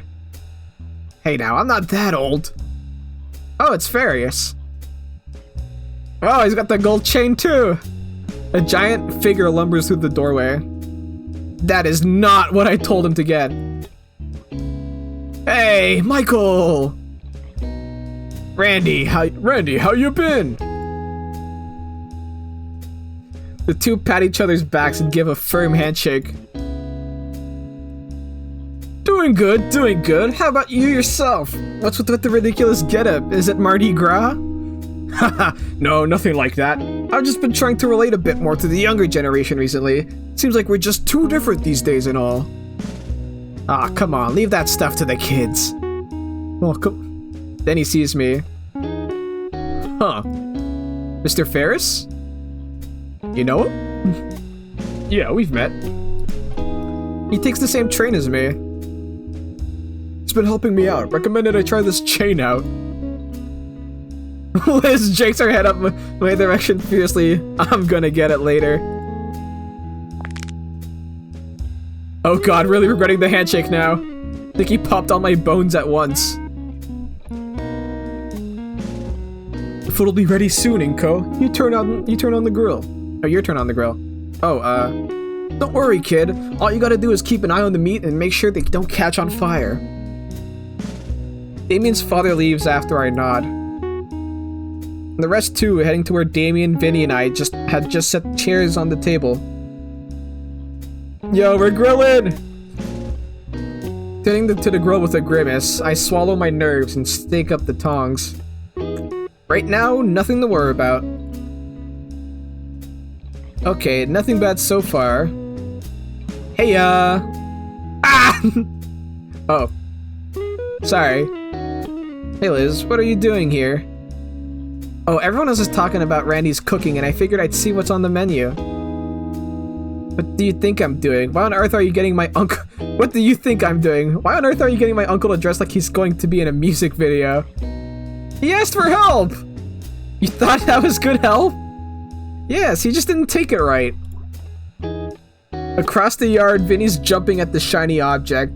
Mr. Ferris caves and lends it to him. See? Problem solved. Ignoring Vinny now strutting around like a gangster. Oh man, whatever. What's actually cooking? I motion to the silver trays spread out next to the grill. It's a lot of meat. Actually, aren't you a herbivore, Liz? I am, but I think Damien thought ahead for me. Wait, wasn't that the salad I brought? I knew he wouldn't forget about me like that. Damn, Damien's taking the credit. Anyway, is Olivia out here? She was just in the pool, decided to go inside. Liz's head is still for a moment, as if she's in thought. Apparently it's a common thing with her. Yeah. I was hoping she'd have stuck around for once. So she does this often? Every time Damien's folk throw a party, she slips away to her room. I sometimes see her at their window. Her eyes motion me to turn and look at a particular window. I can't really see from this angle. I would now be any different then. Liz shoots me a knowing look. What? Well, I figured she was opening up a little to you. I mean, I guess? To some degree? Not like I have any frame of reference. At best I can kind of talk to Olivia now. What, did you just hiss at me? No. Then what? Oh god! Spinning around I see that something has caught fire. I grab whatever it is with the tongs and flail it around, hoping the air would put it- That air will not put out a fire, you idiot! Well, I guess it did work. It works well enough, but it's pretty burned. Well, that's one lost cause. I give the piece of charcoal a careful look, and yeah, it doesn't look edible in the least.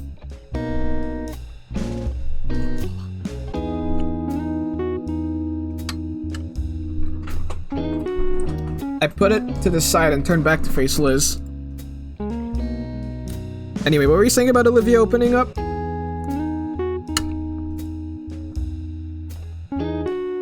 Yeah, it's strange, but also good.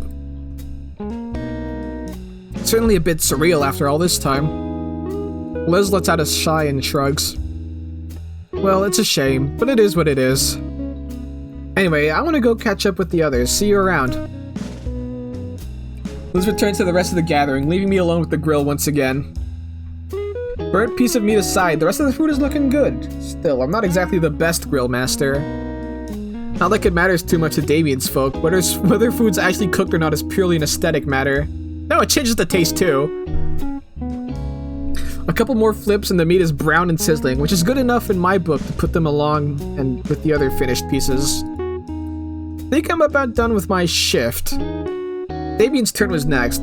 He's just going to be wrapping up these last few things. It doesn't take me long to spot him chatting with Liz, who's enraptured with whatever guaranteed high-concept discussion they're having. Hey, Damien! Damien's frills things perk a bit as he turns around to face me. Your turn on the grill. Aight, you got it, hombre. He waves Liz over and takes firm hold of the spatula. Okay, time to get some more. He suddenly pauses as his eyes fall upon the charred remains of a once juicy and savory piece of meat. He picks up the piece of meat and inspects it before chomping down on it with a single bite. Okay, I'll finish cooking the last pieces, Inky. If you'd be an awesome dude, can you start serving the others what's ready to chow on? I give Damien a nod and grab the tray of cooked meat.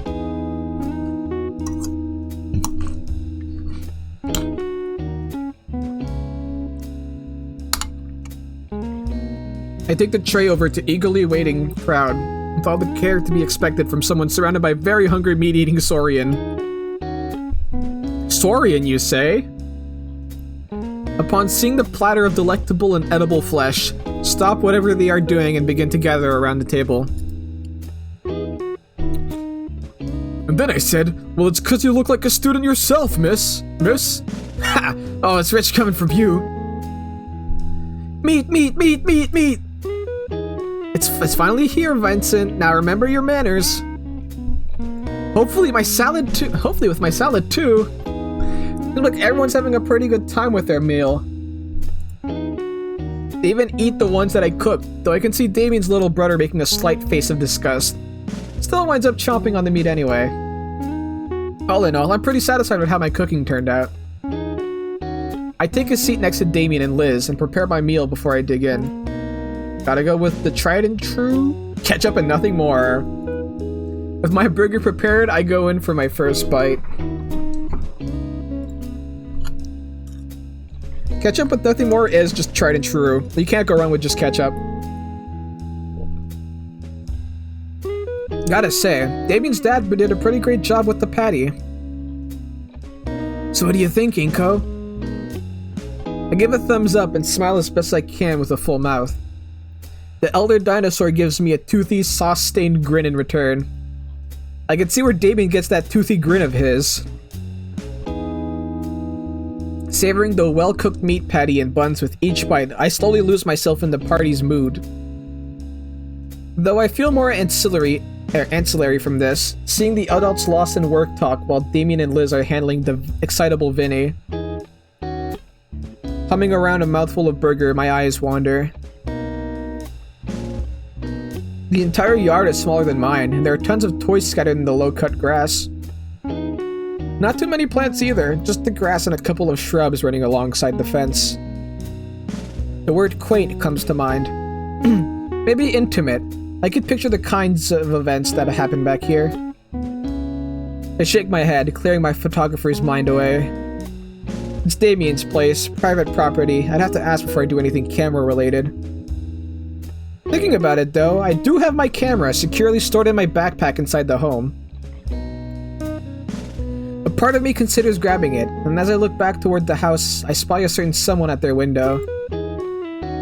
Olivia leers out across the yard. She's too far away to tell what exactly she's staring at. That must be her room, then. Her gaze shifts a bit. I still can't see what she's looking at, but it is in my direction. Or Damien, he's sitting next to me. I carefully trace where her eyes are focused, leaning to the side and slowly coming to the plate in my hand? Checking back, she's laser focused on something. I wonder... I slowly lift the plate up and Olivia's head tilts upward with it. I lower it and her head tilts downward. Part of me wants to test this further, except that'd be a real waste of food. Whatever illusion she was under is shattered with the shake of her head. I could hear Olivia's annoyed growl from here as she turns her snout up at me and returns to whatever it is she's doing. So she does want some. Why not come out?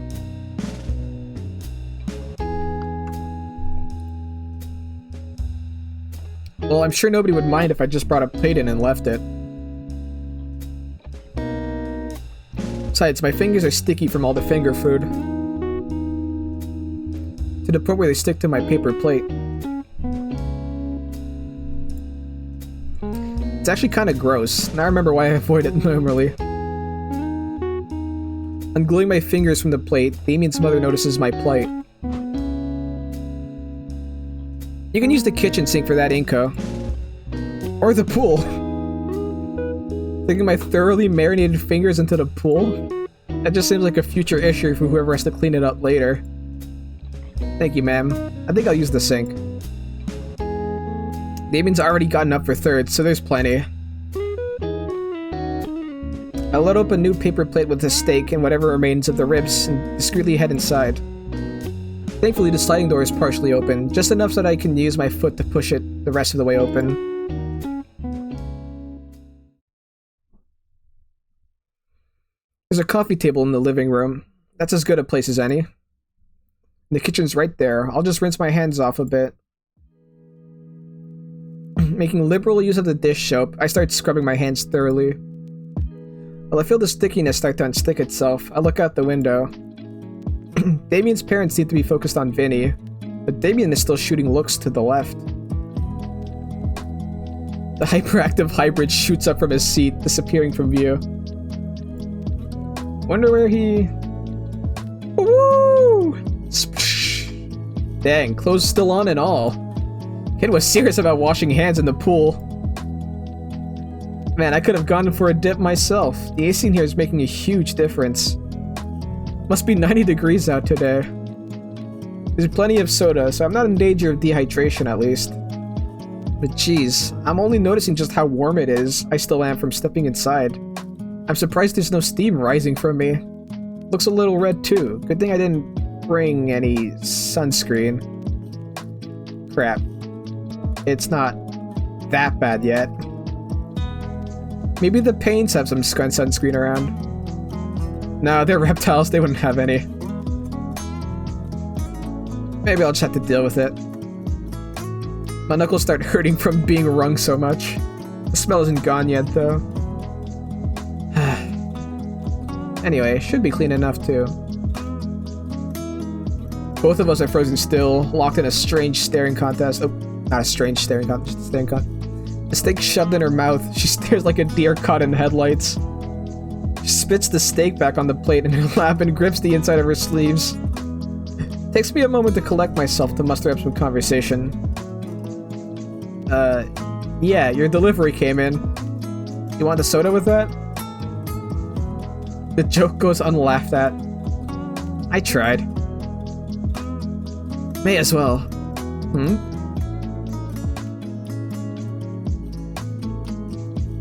Need to get to the fridge. Oh, sorry? I step to the side to give Olivia enough space. She rolls herself over to the fridge, opens it up, and rummages through. We exchange a few awkward glances to the point that it's palpable in the air. So, what are you doing? Getting a soda? The kid's taking your spot in the swimming pool. That's fine, I'm just gonna go crash in my room. There's still a party going on outside? I'm busy with art stuff. Stuffing the soda can in her coat pocket, Olivia redirects herself and, with a flick of her tail, closes the fridge shut. Oh, that's kind of useful. What about the party? What about it? It's still going on. And, look, I've got stuff to work on. Even though it's a holiday, it seems like the perfect time to get together with friends and family, and I'm not their family if you haven't noticed. I'm not gonna be around here for much longer. That's a new look for her. Is it because of what I said? Olivia? What? There's a couple of different things dancing up top my tongue that I wish to say. Some would be too intrusive, especially after what she just said. One ever sticks out the most. Especially after she had brought up working on it. And I generally want to see Olivia's process.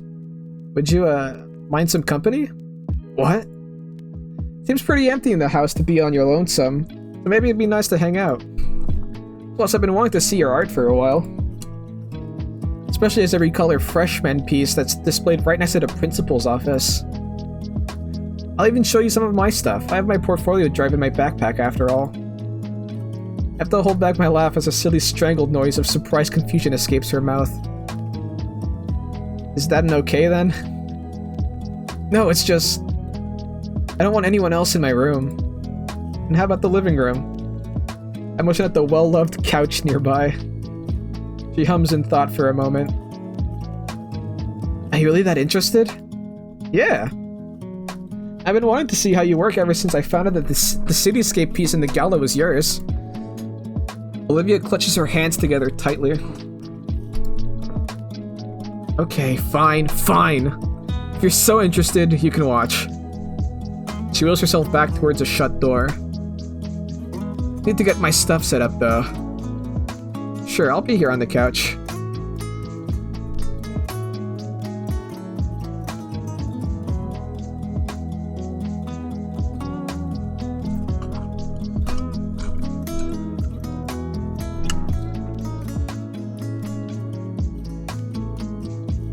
I kind of feel bad for missing out on the party, too. But I doubt I'll ever get a chance like this again. Olivia returns with a small easel, already set up with a half-finished painting.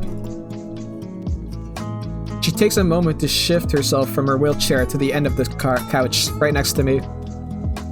She's pretty close to me. I can feel her thigh barely brush against mine, but I'll try to pay it no mind. The painting looks like a bust of a nondescript dino guy. Although with how vibrant these guys are, it could easily be a portrait of someone specific. This isn't that good. She rips the page off and crumples it in her hands. Starting over then? Don't interrupt. She takes a deep breath. The paintbrush nears the canvas slowly and gracefully, although it's clear her nerves are getting to her. Okay... Wait. Olivia looks down for a moment before she jerks her head back up, her face gaining a reddish hue. Dude, why'd you scooch so close to me? I didn't? You're the one who sat next to me. Oh. She looks away for a moment, realizing how over the top her reaction was. Olivia then does a double take at me, her brows furrowing. What's wrong with your skin? I was born like this. Shut up, that's not... You know what? Yes it is. But I mean it's... red. Alright, okay, Rice, you were right. You're right. That's not like skinnies. Oh, yeah, I think I'm sunburned.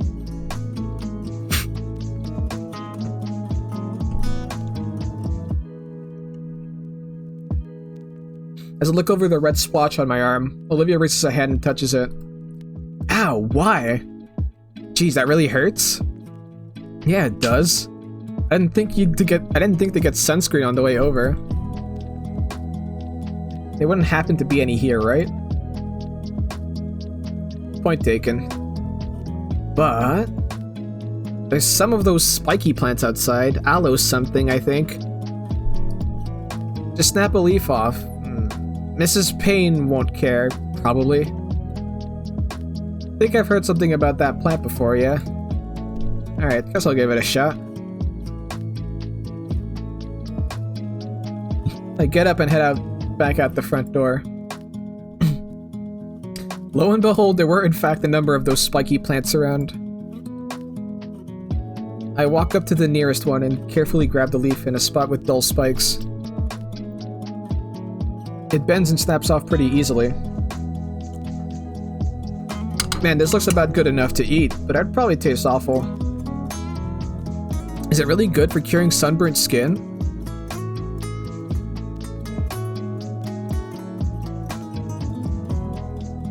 Back inside, Olivia started painting again. She gazes intently at the page and the plate of food I had brought in had been cleaned. Olivia holds one last rib in her mouth like a cigarette. It waggles up and down between her teeth. When she sees me, she crunches the bone in two and swallows the last of it whole. I bring up the aloe leaf. This is it? She nods and extends to the hand to grab it. I hand her the thick leaf, and she extends a single claw. When she catches the edge of the skin, she makes a quick work peeling the husk off. You do that often? Not me. Sophia uses it a lot to make smoothies for the family and healing salves for Vinny. They're real pretty, too. Olivia blinks, coughs, and grimaces. To, paint, I mean. Natural homemade healing recipe, huh? Gonna have to ask for that later. Could come in handy down the line. I move to remove my jacket so the aloe can be applied properly. But I don't get far before I notice Olivia's face turning a darker shade again. No! No need to remove your jacket. Just roll up your sleeves and put the jelly on your neck. She hands me now exposed aloe jelly, all the while doing her best to not lock eyes with me. After rolling up my sleeves, I scoop up a dollop of the opaque substance. The feeling of relief hits me the moment I spread it across my neck. Man, this feels good. I started applying more to my nose, cheeks, and most importantly, the top of my head. You are bald, huh? As I do, I watch Olivia continue her painting, taking extra attention to her brush strokes.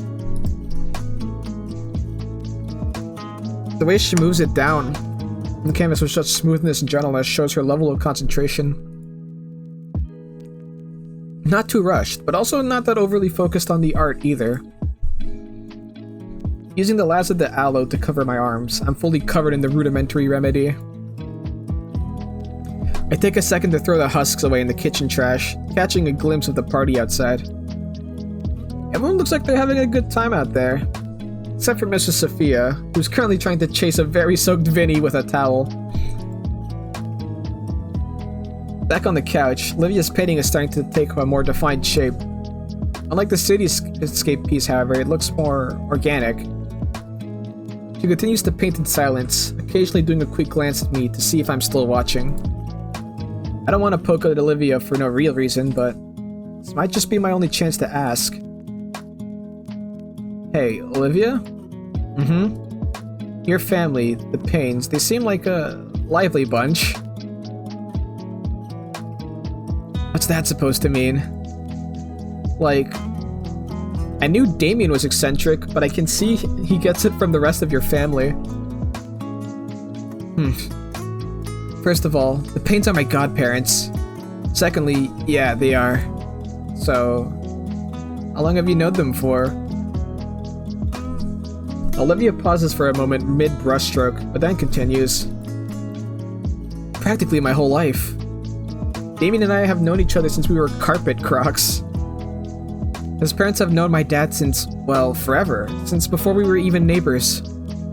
Ah, friends with the family? Pretty much. Whole reason why I'm living with them. Their muzzles clenched shut. Look at what I just said. The words were spoken with a tone tinged bitter with something.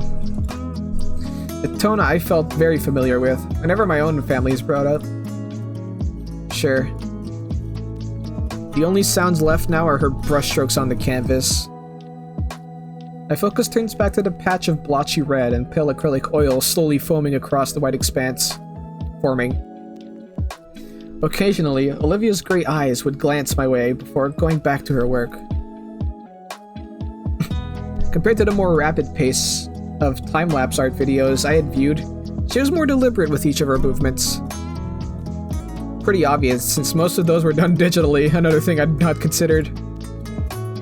Still, staring at the painting in progress itself, there's something uncanny about it. Stem or form, definitely looking like something. Cupping my chin with one hand in contemplation, I used the other to try and trace out the peachy pale and vibrant red colors. Olivia looks back to me again, and a glint of something shines through her eyes. Hold that pose now. Hey, how long have you been using me as a layman doll? Her hand fails to cover up the snort that comes from her nose, followed by a gremlin-like cackle. Consider it the price to see my process. I want a refund. Nope. Looking again, it's slowly becoming an oil bust of my burnt face. Like looking in a mirror, eh? Can't you at least get my good angle? Nope. Turning back to the mural du melanoma, Olivia starts adding in a blotch of cream by my head. A sigh escapes my lips. Hey, I said stay still. Why? I'm not that red. Another high-pitched giggle comes out of Olivia. It's called artistic license. Well, it needs to be renewed. Despite being the butt of the joke, I feel myself smiling. Must be the new sounds from her. It's the first time I think I've seen her happy outside of Yodakun's class. Yeah, that laugh of hers is kind of infectious. The silence returns, though the mood feels much lighter now. I feel so stiff right now. I don't know how long I've been holding this pose now. If I had to guess from the sunlight filtering into the house, it's been at least an hour. What? Mural du melanoma was almost done, and was staring back at me with the most intense eyes. Olivia's attention was left on one final detail. The hand holding my chin. I'm thankful she's finished the sunglasses first, because the reflected light from the sliding back door had been searing my retina. Olivia. Hush! She turns her head and focuses entirely on the hand held by my ear. Pupils moving rapidly to try and take in every last detail. Her fingers twitch as her hand hovers over the painted hand. Her eyes are now shifting between my hands and my eyes. Her hand is now quaking, and a growing redness suffused her face. The more she looks toward my eyes, the more her arm shakes and face brightens. Finally, she turns away from me entirely, bringing both of her arms with her and away from me and the canvas. Okay. Okay? Her cheeks puffed out as she exhales her held breath. Okay. Finally, she turns her cherry red face to the canvas and inspects the near complete portrait. Let's look at that one. There's the shades. Damn, the back of his head was burnt too. Got hit everywhere.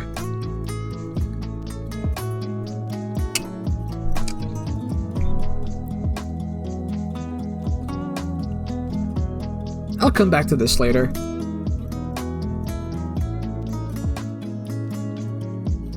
Can I... Yeah, you can drop your hands now. Finally. I lay back on the couch, feeling my spinal cord pop in rapid succession. I said your hand. Can't. I attempt to stretch my arm in front of me. Because of my stiffened muscles, my forearm is pulled back toward my face. I repeat the motion several times, the movement helping to ease the muscle until finally my arm doesn't feel spring-loaded. While I was busy trying to fix my arm, Olivia was packing up the canvas. That's about it.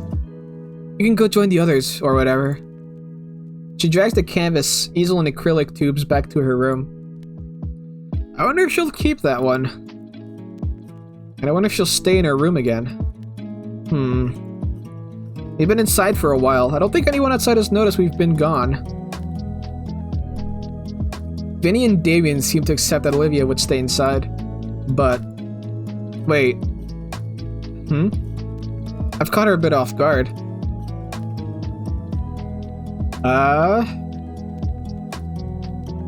Invite Olivia to join you back outside, or convince Olivia why her family needs her out there. Ooh.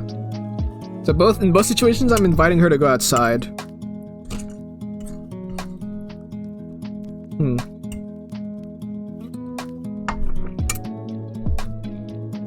So this one, it's more like I'm giving her an option. This one, I'm trying to reason with her.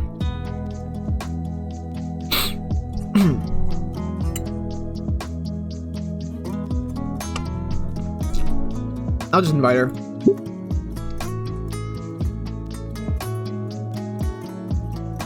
If I'm going outside, it would be rude for me to leave without saying bye at least.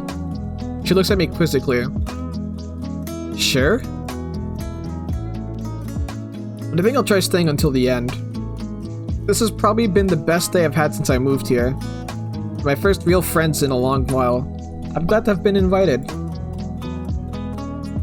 She's not leaving, but she's scanning me suspiciously. Damien's been a great friend, and his folks have been really nice to me. Better than my own parents, even. You're lucky to have them, I think. I guess? Good for you. Have fun with that. I really need to.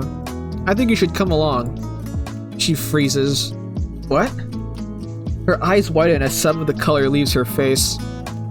No, I can't. Why not? Mr. and Mrs. Payne. They already have Vincent and Damien to worry about, and right now they're hosting all the other guests. They got plenty to deal with already. I'm not worth the accommodations. Just leave it. Let them be normal. Even then, it's like I said, I don't have much time left. That's a little overly harsh. It was every argument she had. They're the kind of arguments that come from desperation and guilt, to convince herself it's for her own good. Maybe it's a little presumptuous, but that's at least the sort of thoughts I've had reading notes from my parents allotting me resources, like I'm just in some anthropomorphized mouth. Certainly doesn't seem like I'm worth it to them sometimes. But they're your godparents, right? They're helping your folks, yeah, but they chose to have you here. Because they want to let you be normal. That doesn't... a normal part of the family, I mean. I don't think they'd have you here if they didn't want that. Oh, please, go on and tell me more about my own family. Her voice is sardonic. She's not making eye contact anymore, but she's listening intently. This is all stuff she's known already. But you're absolutely right about one thing. You don't have much time left. Neither do I, honestly. Even if it's mostly because of moving. You know what they say about rolling stones gathering no moss? In that way, we're in the same boat. Give it a shot. Give it a shot? There's some perfectly good moss right out there.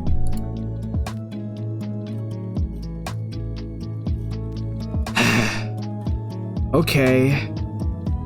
I'll try it with you. Let's go! That analogy was pretty dumb, but you're right.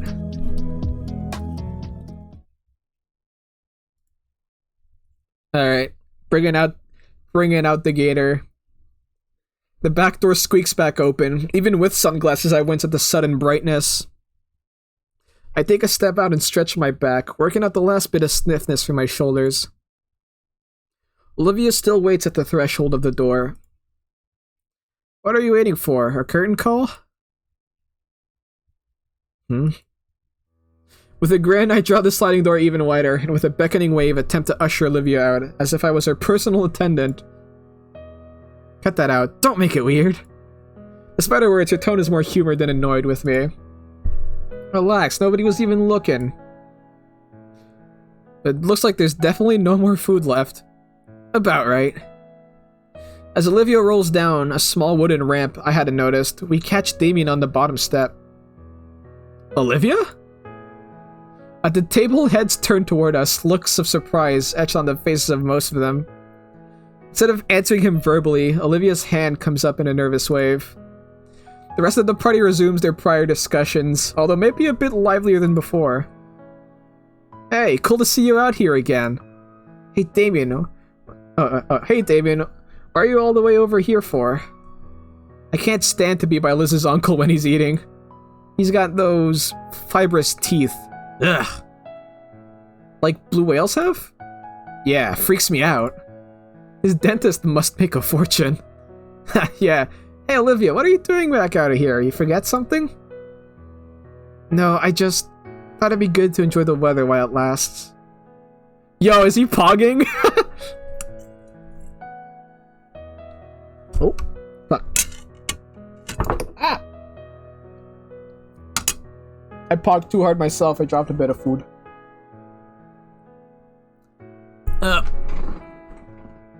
Okay, it looks like we're fine. Yes. Damien perks up with his frills undulating. No, Damien, stop that. Olivia quivers as Damien's grin grows wider and frills start moving faster. Ew, stop it! Oops. What's page up again, right? Even I'm getting unnerved by how those things move. Damien! Sorry, you know these things got a mind of their own. Finally, those weird flaps still. Dude, you were just complaining about Mr. Ferris and his teeth. At least he can keep his mouth shut. Oh, fuck. Hey, I can always wear a beanie. No, you can't. Remember the last time you tried? Both Damien and Olivia share a laugh over some event they're privy to. When they finish, Damien asks the million-dollar question. So, are you going to join in, or...?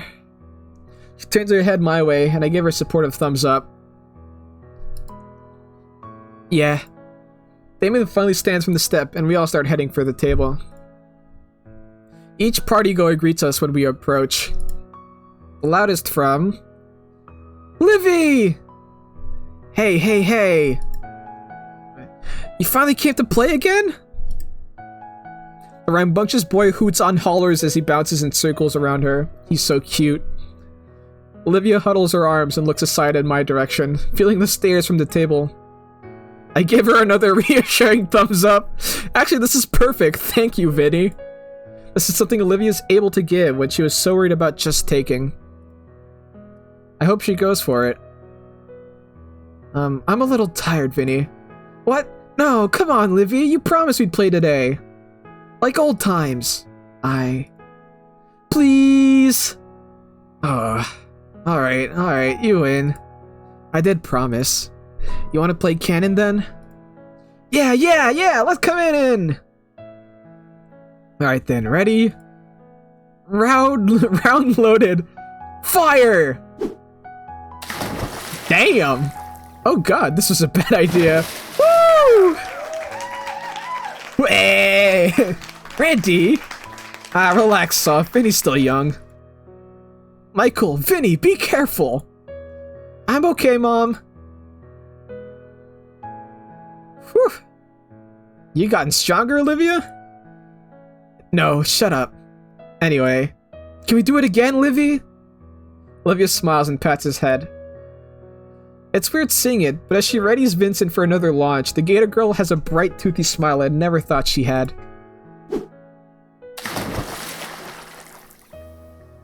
Mr. Payne. Woo! Alright, I get it. Vincent! Yeah, Dad? No more cannon today. Olivia and Vincent share a disappointed look. Now, there's a lot more things you two can do. Vincent perks up and immediately rushes off. Oh, I know! Olivia turns back to the rest of the group with an uneasy smile. Mrs. Payne stepped forward, her hands held up and wavering. Olivia? Hi, Auntie. Mrs. Payne and her husband approach, both with nervous smiles. When she speaks, it's with a certain restraint, holding her excitement back. As though worried if it showed too much, she'll change her mind and go back in. I didn't miss much, right? I'm so glad you came out, dear. The touch grass ending. The older woman kneels in front of her and wraps her arms around Olivia. It's been too long, Lil Ace. Randy's hand ruffles her hair while his other arm also encircles both Olivia and Sophia, and while Olivia does her best to avoid his palm. I can see the tiny smile on her face. Time seemed to pick up speed after Olivia had come out. Damien and his father returned to the grill, managing to prep and cook a final serving of meaty goodness for an early dinner. I decided I could go for seconds and get a few scraps of this and that.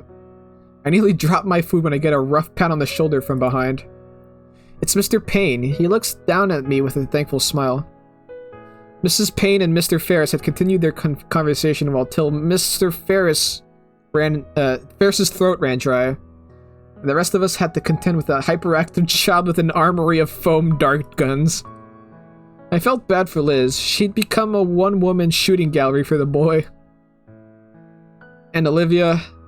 And me. And Damien, but at least he looked apologetic about it. But now things are winding down. And food is officially all gone.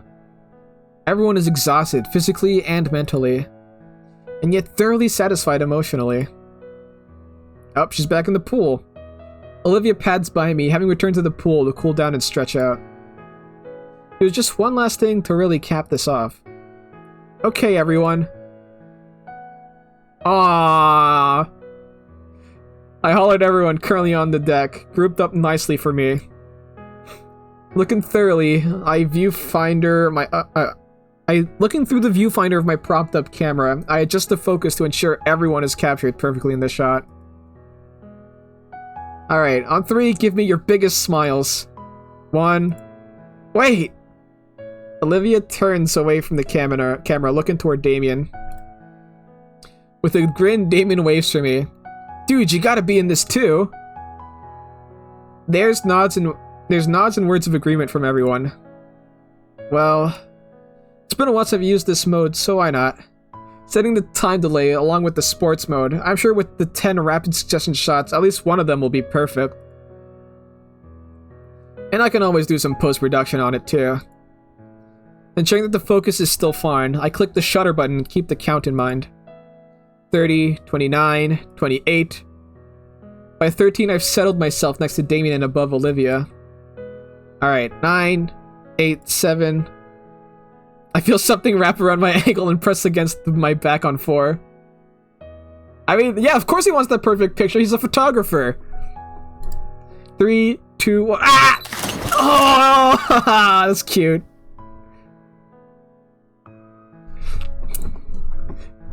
Right into the Gussie.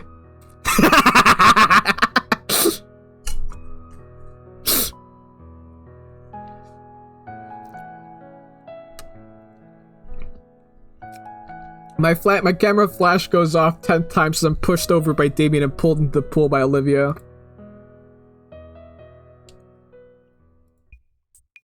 September 25th. It's been nearly a full month and things are starting to feel natural in school now. Well, at least compared to my old schools, except now I've actually made some good friends. I'm pretty sure we're good friends anyways. I don't really know how to measure friendship. Outside of that party of a few days ago, I haven't hung out with any of them outside of school. Oh. Why is my phone vibrating so violently? Bruh, it's just a winner. Okay. Outside of that party a few days ago, I haven't hung out with any of them outside of school. My friends just hung out at school, and good friends did stuff outside of school. Where does that put us? Well, it's still early in the school year. I'll figure out the friendship conversation rate at some point. It's not like I'm rushing either. Shades! Focus! Leaving my current thoughts, I realize I've been in the middle of climbing a rock wall in the gymnasium. Huh. Why was I spacing out again? Or why are we upside down? Oh, hey, Solly! There's Solly! Let's go!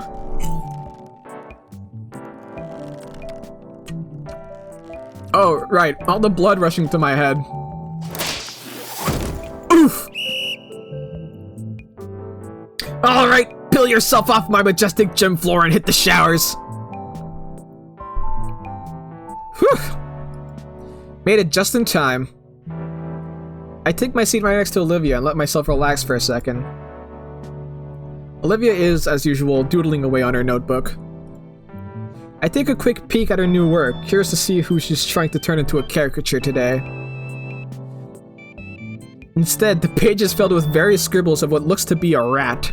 The only piece of shading for its fur is just on its head, save for a white spot around its right eye.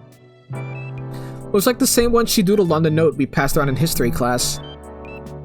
The mirrored mural shows it in various poses and scenarios, some basic and some pretty creative. There's even one wearing a cape and wielding a ridiculously giant sewing needle like a sword. That's a reference to something, isn't it? These rat doodles of yours are pretty cute. Thanks. Actually, that reminds me, look who else I drew over the weekend. She flips a couple pages of her sketchbook and holds it up for me to see. Much to my surprise, it's none other than Mia. Olivia decided to draw her as what I could only describe in the most flattering of ways as a druggy harlot. What the fuck? Her clothes are even more ripped than her usual attire, her jacket is filled with all kinds of unflattering patches, and her hair is styled into a gaudy mohawk that only detracts slightly from her face full of piercings and rings. In fact, she has a couple of ring piercings in piercing her eyelids to the point that I think it would be impossible to keep her eyes open from their weight. Jeez. And that's not even getting into all the tattoos that Olivia's drawn on Mia's face. I can't help but let out a snicker at the sight. Bad ending fang drawing? No, not yet. We're not, I think we went past that. You like? She's sporting a smug grin as she looks my way. I mean, it's funny, but how can she even breathe with all those nose rings? Doesn't need to. She's full of hot air anyway, already. The girl chuckles at her own joke.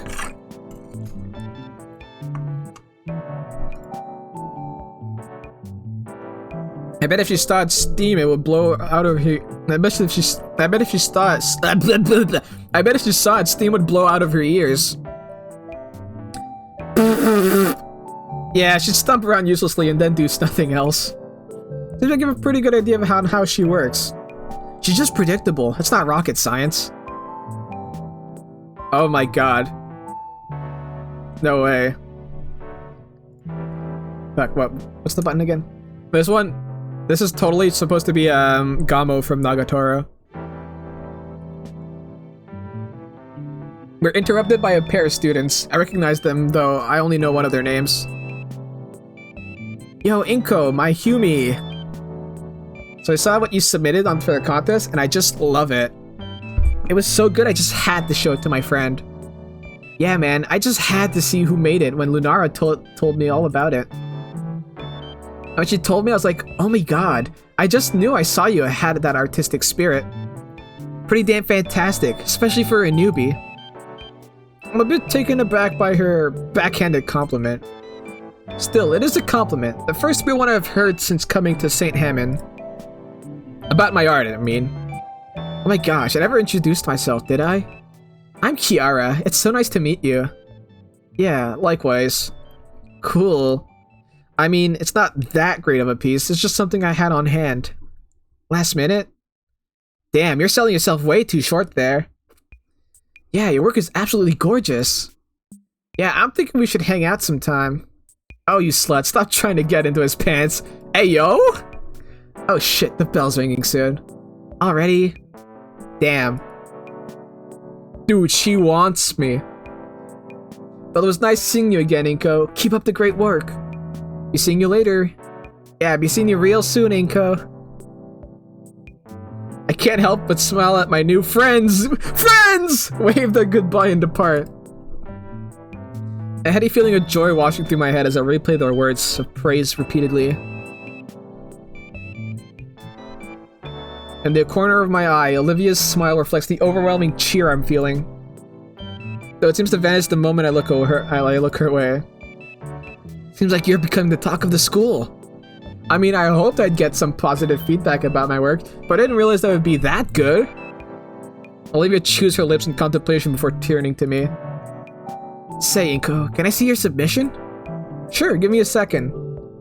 Luckily, I'm prepared, as not only do I have my portfolio drive, but I finally set up a cloud drive for it. It's as simple as opening up the application on my phone and swiping to the exact digital copy to present it to Olivia. Ta-da! Consider it my magnum opus. Magnum opus! I finally got to say it! You keep a copy of it on your phone? I've got my whole portfolio in cloud storage. I learned it was a good practice from a couple artist blogs. So what do you think? Oh, Olivia squints at my phone as she does her best to formulate her opinion. It's, nice. The compost of it is really something. You mean composition? Yeah, that. You did great, Inko. Huh, getting a compliment from Olivia for my work feels a bit alien to me.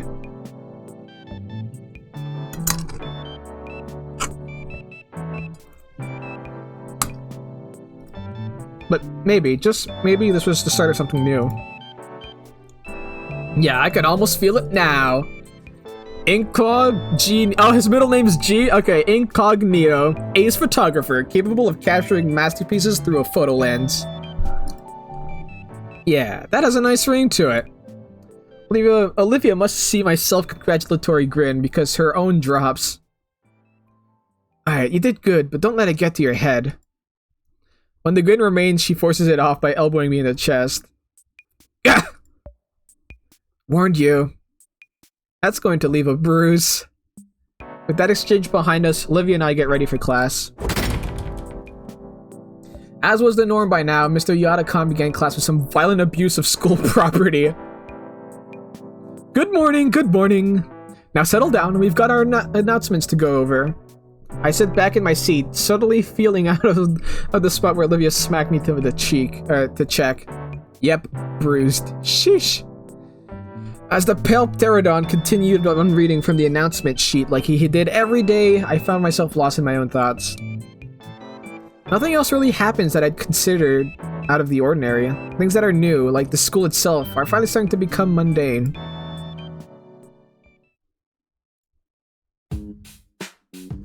Later at lunch, I'm rattling off my best stand-up to Olivia while Damien's out getting seconds.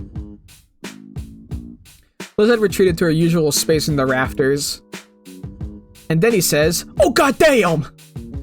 Olivia's hand flies through her nose, trying and failing to contain a snort-filled laughter. Sets off a chain reaction as my own laughter spills over my mouth full of cheap school burger. Yo, we get it. We're going somewhere now. Ah. God, you suck at comedy, Inko. Olivia drinks greedily from her canteen to alleviate her sore vocal cords. Is that why you're all out of breath? It was a pity laugh. Stick to photography. You got a better one? The mood is slow to settle, but once Olivia's caught her breath, she speaks with a snide smile. In fact, I do. So a Triceratops, a T-Rex, and a Rhinorex find a lamp. Her mouth clamps shut and eyes go wide. Oliv? Ah, perfect. I was looking for you two. Olivia casts her eyes down to her lunch, spearing her mystery meat roughly with a talon. Hey Ben, what's up? I figured I'd come by and congratulate you on your submission entry. Miss again? I mean, it is my best piece, but all the praise for it is still surprising. It's exhilarating, all these compliments and everything. Thanks, man. Hey, maybe I'll be the winner of the contest. What do you think, Olivia? The Green Gator girl flinches. Ben shakes his head. Also, Olivia, great to catch you here. Principal Scalar wanted me to remind you that you need to clean up after yourself. Leaving messes in classes can disrupt students in other periods. Scarlet said that? Why not tell Olivia herself? She's busy and tired of reminding you. Olivia scoffs at the mention of our principal, yet keeps her mouth firmly closed. Must not be that important then. Inko, I just spent my entire second period cleaning up her mess because she's not taking anything seriously. I'm not supposed to be Scarlet's errand boy, and I'm certainly not supposed to be a personal janitor. I'm left to frown at Olivia, giving Ben the silent treatment. Was it wrong of me to think she'd be more open with everyone else like she is with me? Do you know how hard it is to scrub baking soda out from carpets once it's dried? Oh, yeah, no, that sucks. Can you just try to not make other people's lives harder? Ooh, Ben, what the hell? I didn't mean that. I went too far, sorry. Olivia tries shooting me an indifferent gaze. Cracks a bit into embarrassment when I don't return it.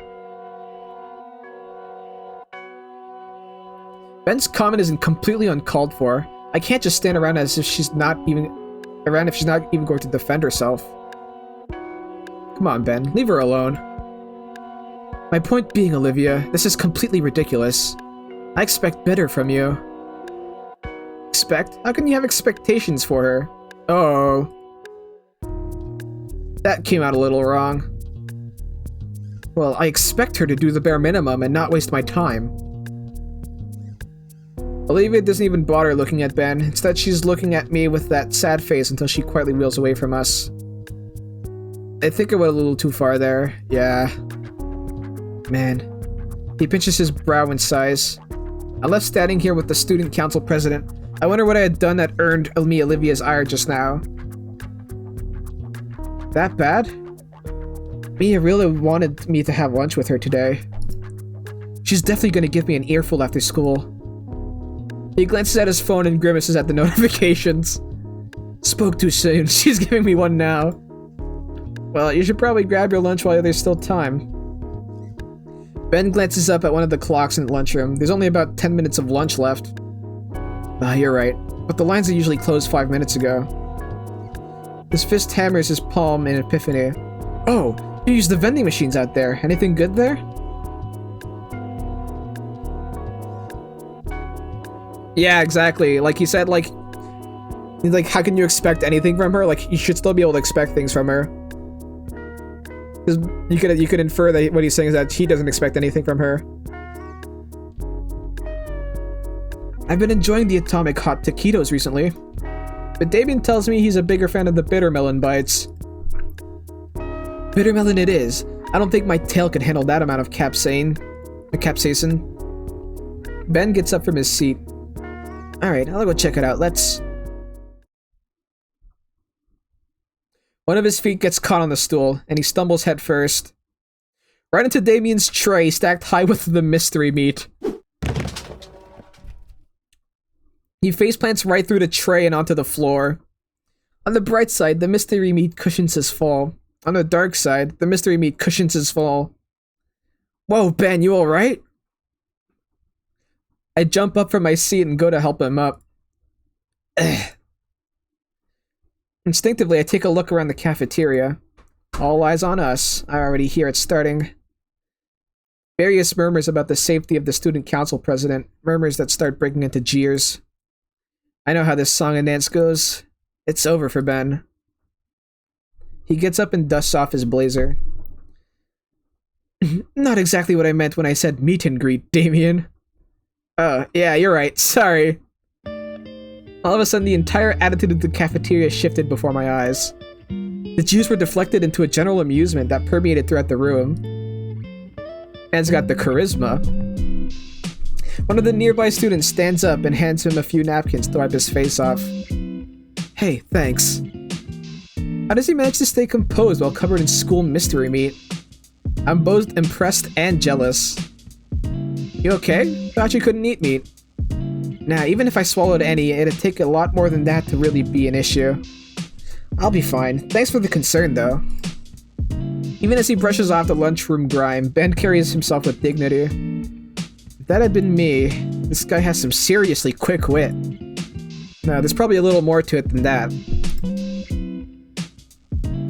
Man, I was looking forward to eating that.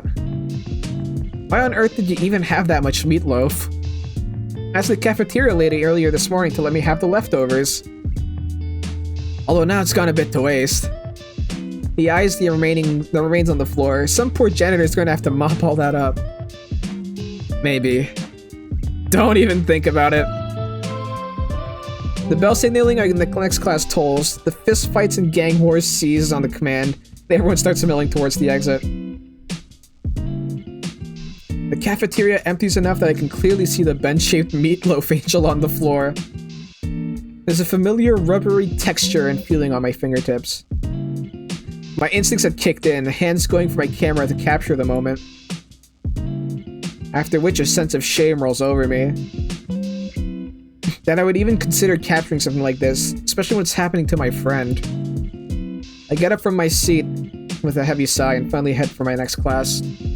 I hope Ben will have the time to clean up before photography. He's got 5 minutes.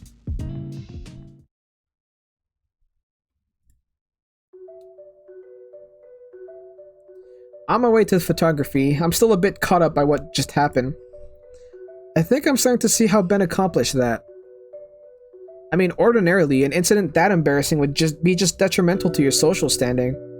On my first day, I went through something like that, an event so humiliating that people were spreading rumors for days. Sure, it got out pretty quick, but the fact is, it happened. One moment, everything is fine, then suddenly something you couldn't have even seen coming just upends your life. Stuff like that can happen all the time, and to anyone. It's something that's always terrified me. It's something that just happened to Ben, only he was exempt. He was quick on his feet and diffused the situation faster than it could have even really started. It's like disaster avoidance.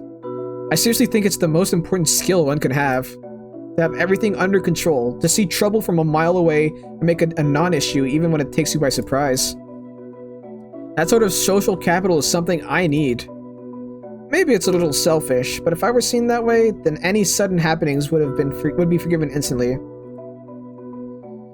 Of course, Ben isn't alone. The world is full of people with that skill, only I'd be lying if I said most of them deserved it. Most people able to get away with stuff use their unique ability for just that, getting away with stuff.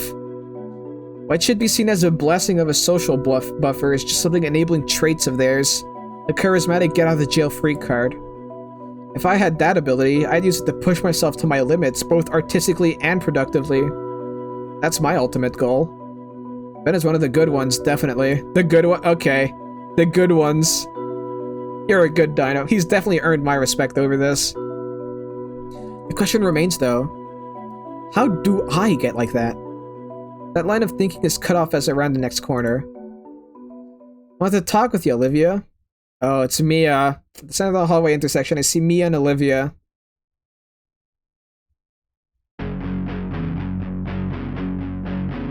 Oh, come the fuck on now, Olivia. Don't be such a killjoy. I'm trying to be nice here. The grin on Mia's face is jovial as she stands before the wheelchair-bound girl, her tail lazily swaying as she eyes Olivia. Man, I never realized how lethal those spikes on her tail look.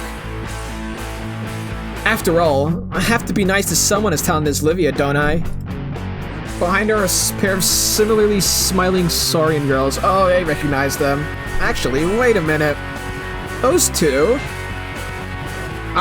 They're Mia's friends? I mean, she knows her way around a palette and canvas. Right, Olivia? A paraplegic Picasso here. That's you, right? I can't imagine how useless you must feel otherwise. I'm so glad you're able to put those thoughts aside and paint some things you like. Mia takes a step toward Olivia, her previous expression taking on a more ominous air. Yet for all that talent and untapped potential, you seem to lack some of the basics expected of a functioning young adult. Mia's lips part, revealing a cruel grin. I hear you've been really dirty, messy little baby, leaving your stuff everywhere in class and getting it all over the place. They should stick you in a cute little bib. Kiara and Lunara laugh, jeering loudly at Olivia. Mia snaps her fingers, causing the two of them to go quiet. Still don't want to believe it. Those two, they were so nice to me. What are they doing with Mia? I know them. They're smart. They know if this is what it looks like, it's horrible. And they're not the kind of people to punch down like this. But they all decided to do this, right? So what's going on? Is there more to this situation? Mia takes another step forward, her figure now looming over Olivia as she looks down with a cruel sneer on her lips. Normally, I wouldn't waste my time trying to single you out, but I'm gonna use this moment to make you get the picture. Benny was supposed to join me for lunch, but he had to stay behind to clean up after your mess. You got your issues, you can't ride a bike, whatever. That's your fucking problem. Stop making it mine, Olivia. Or do I need to start being a problem for you? Yeah, does Ben look like your nanny? Well, she does come pre-packaged with the stroller. Jeez! Come on, Mia, that's crossing the line. Not like she can stand up to you, or anyone. What? I'm just chatting with Liv here. If I didn't hurt your feelings, I'm really sorry. But if I did hurt your feelings, I'm really, really sorry. Kiara's beak clicks loudly and repetitively, while Lunara's hand covers her maw to hide a giggle. Oh, don't take it so personally, Olivia. I'm just teasing ya. This feels like a bad teen movie villain right now. Yeah, it does. Right, Liv? We're all just one big happy family here. Lord knows some of us could use one. Oh, that crossed the line. I don't even know how to respond to that. I want to hear both sides of the story here. What history me and Olivia have for a confrontation like this? I think getting this upset over her missing lunch with Ben is extreme, but Mia's friends remain by her side, completely steadfast against Olivia. Is it that bad? And yet Olivia says nothing to her. She has her head atop the knuckles of her hand like I would during Prockling's history lessons. There were moments where Olivia's tail would press into the floor, shifting her chair back or to the side. It looks like she was attempting to sidestep the conversation with that muscular tail, but Mia's own movements cut off her escape attempts. Mia returns the calm stare. There's no motion, but the staring contest was a fight in its own way. First to look away would lose. Olivia's frigid indifference against Mia's piercing gaze.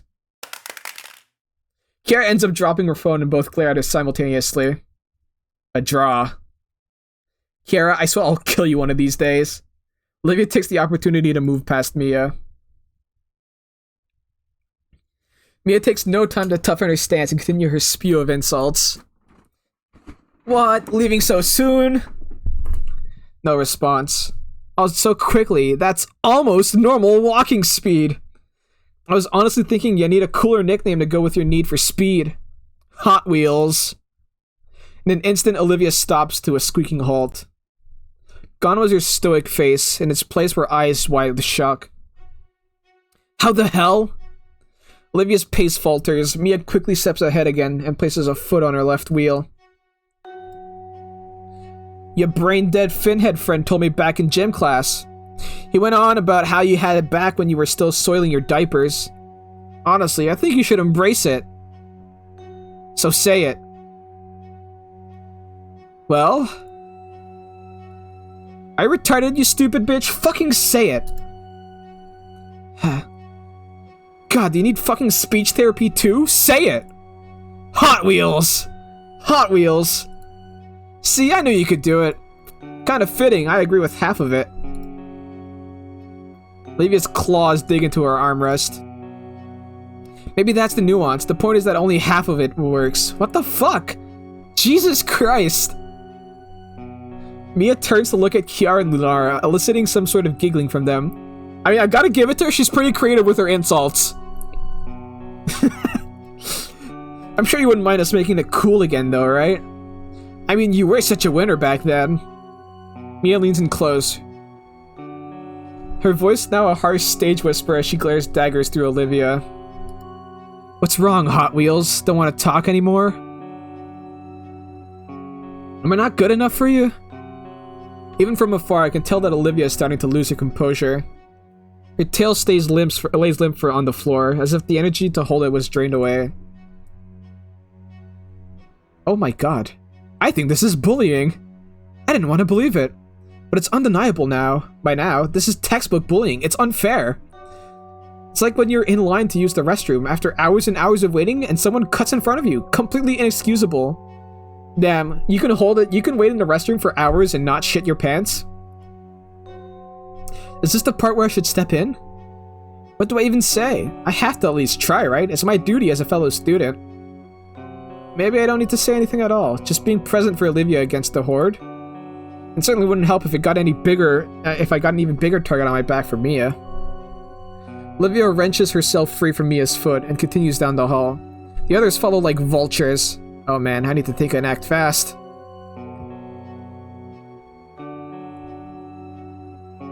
My legs move on their own and I cross into the hallway. I'm instantly noticed. Mia's already registered my presence and her expression changes. My heart starts beating quicker and harder. Time's up for being indecisive.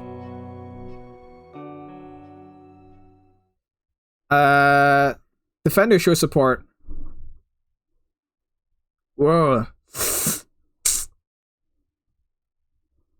think it's more important to show support than it is to defend.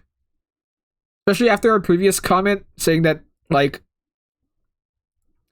we commented last time that, like, or one of our most recent comments to her was that we should expect the minimum from her, or like that we don't expect anything from her. So I think defending her here would just make her feel worse about herself.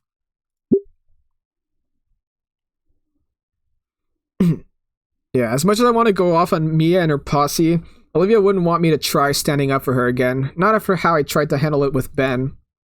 Besides, I'd probably fumble the words and make myself look like a fool anyway. There's really not much I can do. But what I can do is nothing. Say nothing, do nothing, just wait for Olivia to pass by. She stops a bit in confusion, but quickly remembers she's currently on the run. When she passes by, I follow down the same hallway, slowing my pace to be slightly behind her. Olivia turns to look at me with equal parts surprise and dread. I think a part of her fears that I'm about to say or do something really stupid. Instead, I merely give her a warm smile.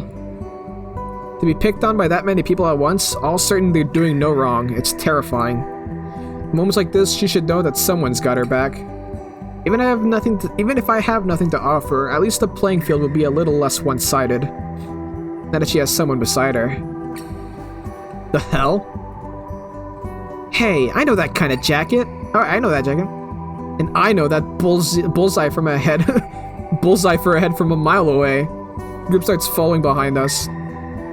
Olivia glances over to me, and I return another small smile. Well, well, if it ain't Baldy.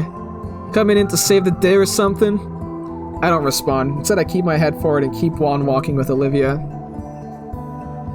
That seems to catch me a bit off guard, as I can hear the gears in her mind visibly start to turn. Hey, I'm still talking to you, Hot Wheels. The sounds of shuffling boots start to gain on us. Just because you have Baldy here now to protect you isn't gonna save your hide. Neither him or any of you dipshit friends. You can see Olivia's claws digging into her armrest at the nickname, but otherwise she maintains her apathetic leer. The more we walk, the more obscenities Mia keeps blurting out to try and get a rise out of either of us. This is why you don't have any real friends, you skipless salamander. I don't know if Olivia has a plan, because I can't fully understand why she's letting Mia walk all over her like this. But I remain steadfast and believe that she knows what she's doing. It's all I really can do. Who'd even want to be with a cripple like ya? I can hear Mia laughing at her own words. Olivia, please change your mind and waste this bitch. Ah, so you got something to say now, Hot Wheels? She shrugs. That's how you feel, Mia. What? Olivia doesn't say anything else. She only turns around and begins to wheel herself down the hallway. For a moment, I stand in place and watch as Mia tries to process what happened. Even her posse looks confused, unsure of what to say.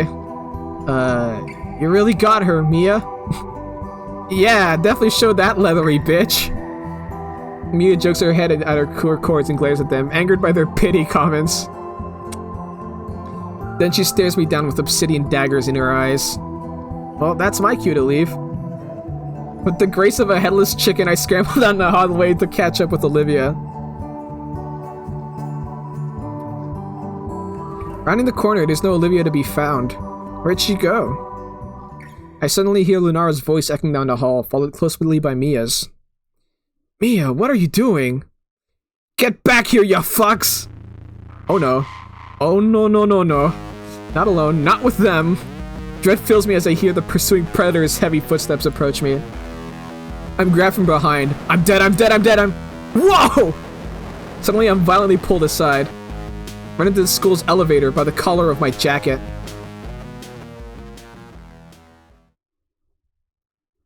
Yeah, Hot Wheels. No, she was close by. She just went into the elevator.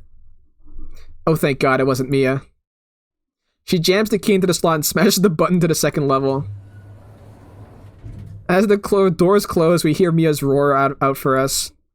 Next time I see those two again, I'll make sure that oversized cue ball has to use that wheelchair of hers instead. Thankfully, the elevator doors close shut, and a car jerks upward before making its ascent. Never feel there she is. Never knew I'd feel grateful to be in this death trap. As I catch the breath I had unknowingly held, my eyes align with a pair of silver serpentine eyes. I appreciate what you did for me back there. I'm surprised. Not sure what to say back, really. Instead, I smile back and nod. In return, she gives me a half smile before recomposing herself. You should, roll with me in the elevator now. How come? Well, you've just become enemies with her. If she sees you, you'll be a wad of gum under her boot. Oh, joy. Yeah, your best bet is to just avoid her now. This way you stay out of the this way you stay out of the hallways. I appreciate it. Don't mention it. Wait, the elevator will stop Mia from beating the stood out of me and the entire rest of the school? Yes. Hear the small electronic bing of the elevator and the doors slide open.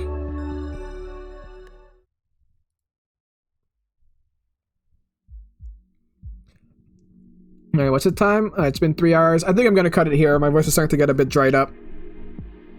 But yeah, it's been really enjoyable. I like the comedy. And I think I'm liking where the direction the story I'm liking the direction the story is going. F9 quick save, hug me, hug me, hug me. What? F10 quick load. What's that? What's that a reference to?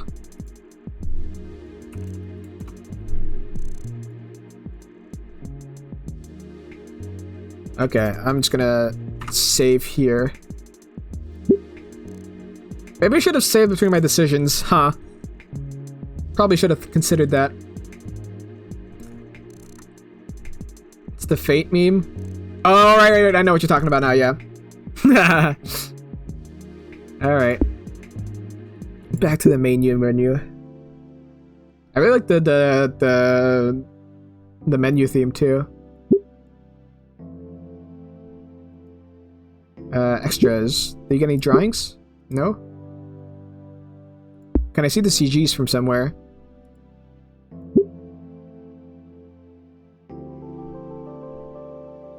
I don't... Huh. Is there no option to see the CGs?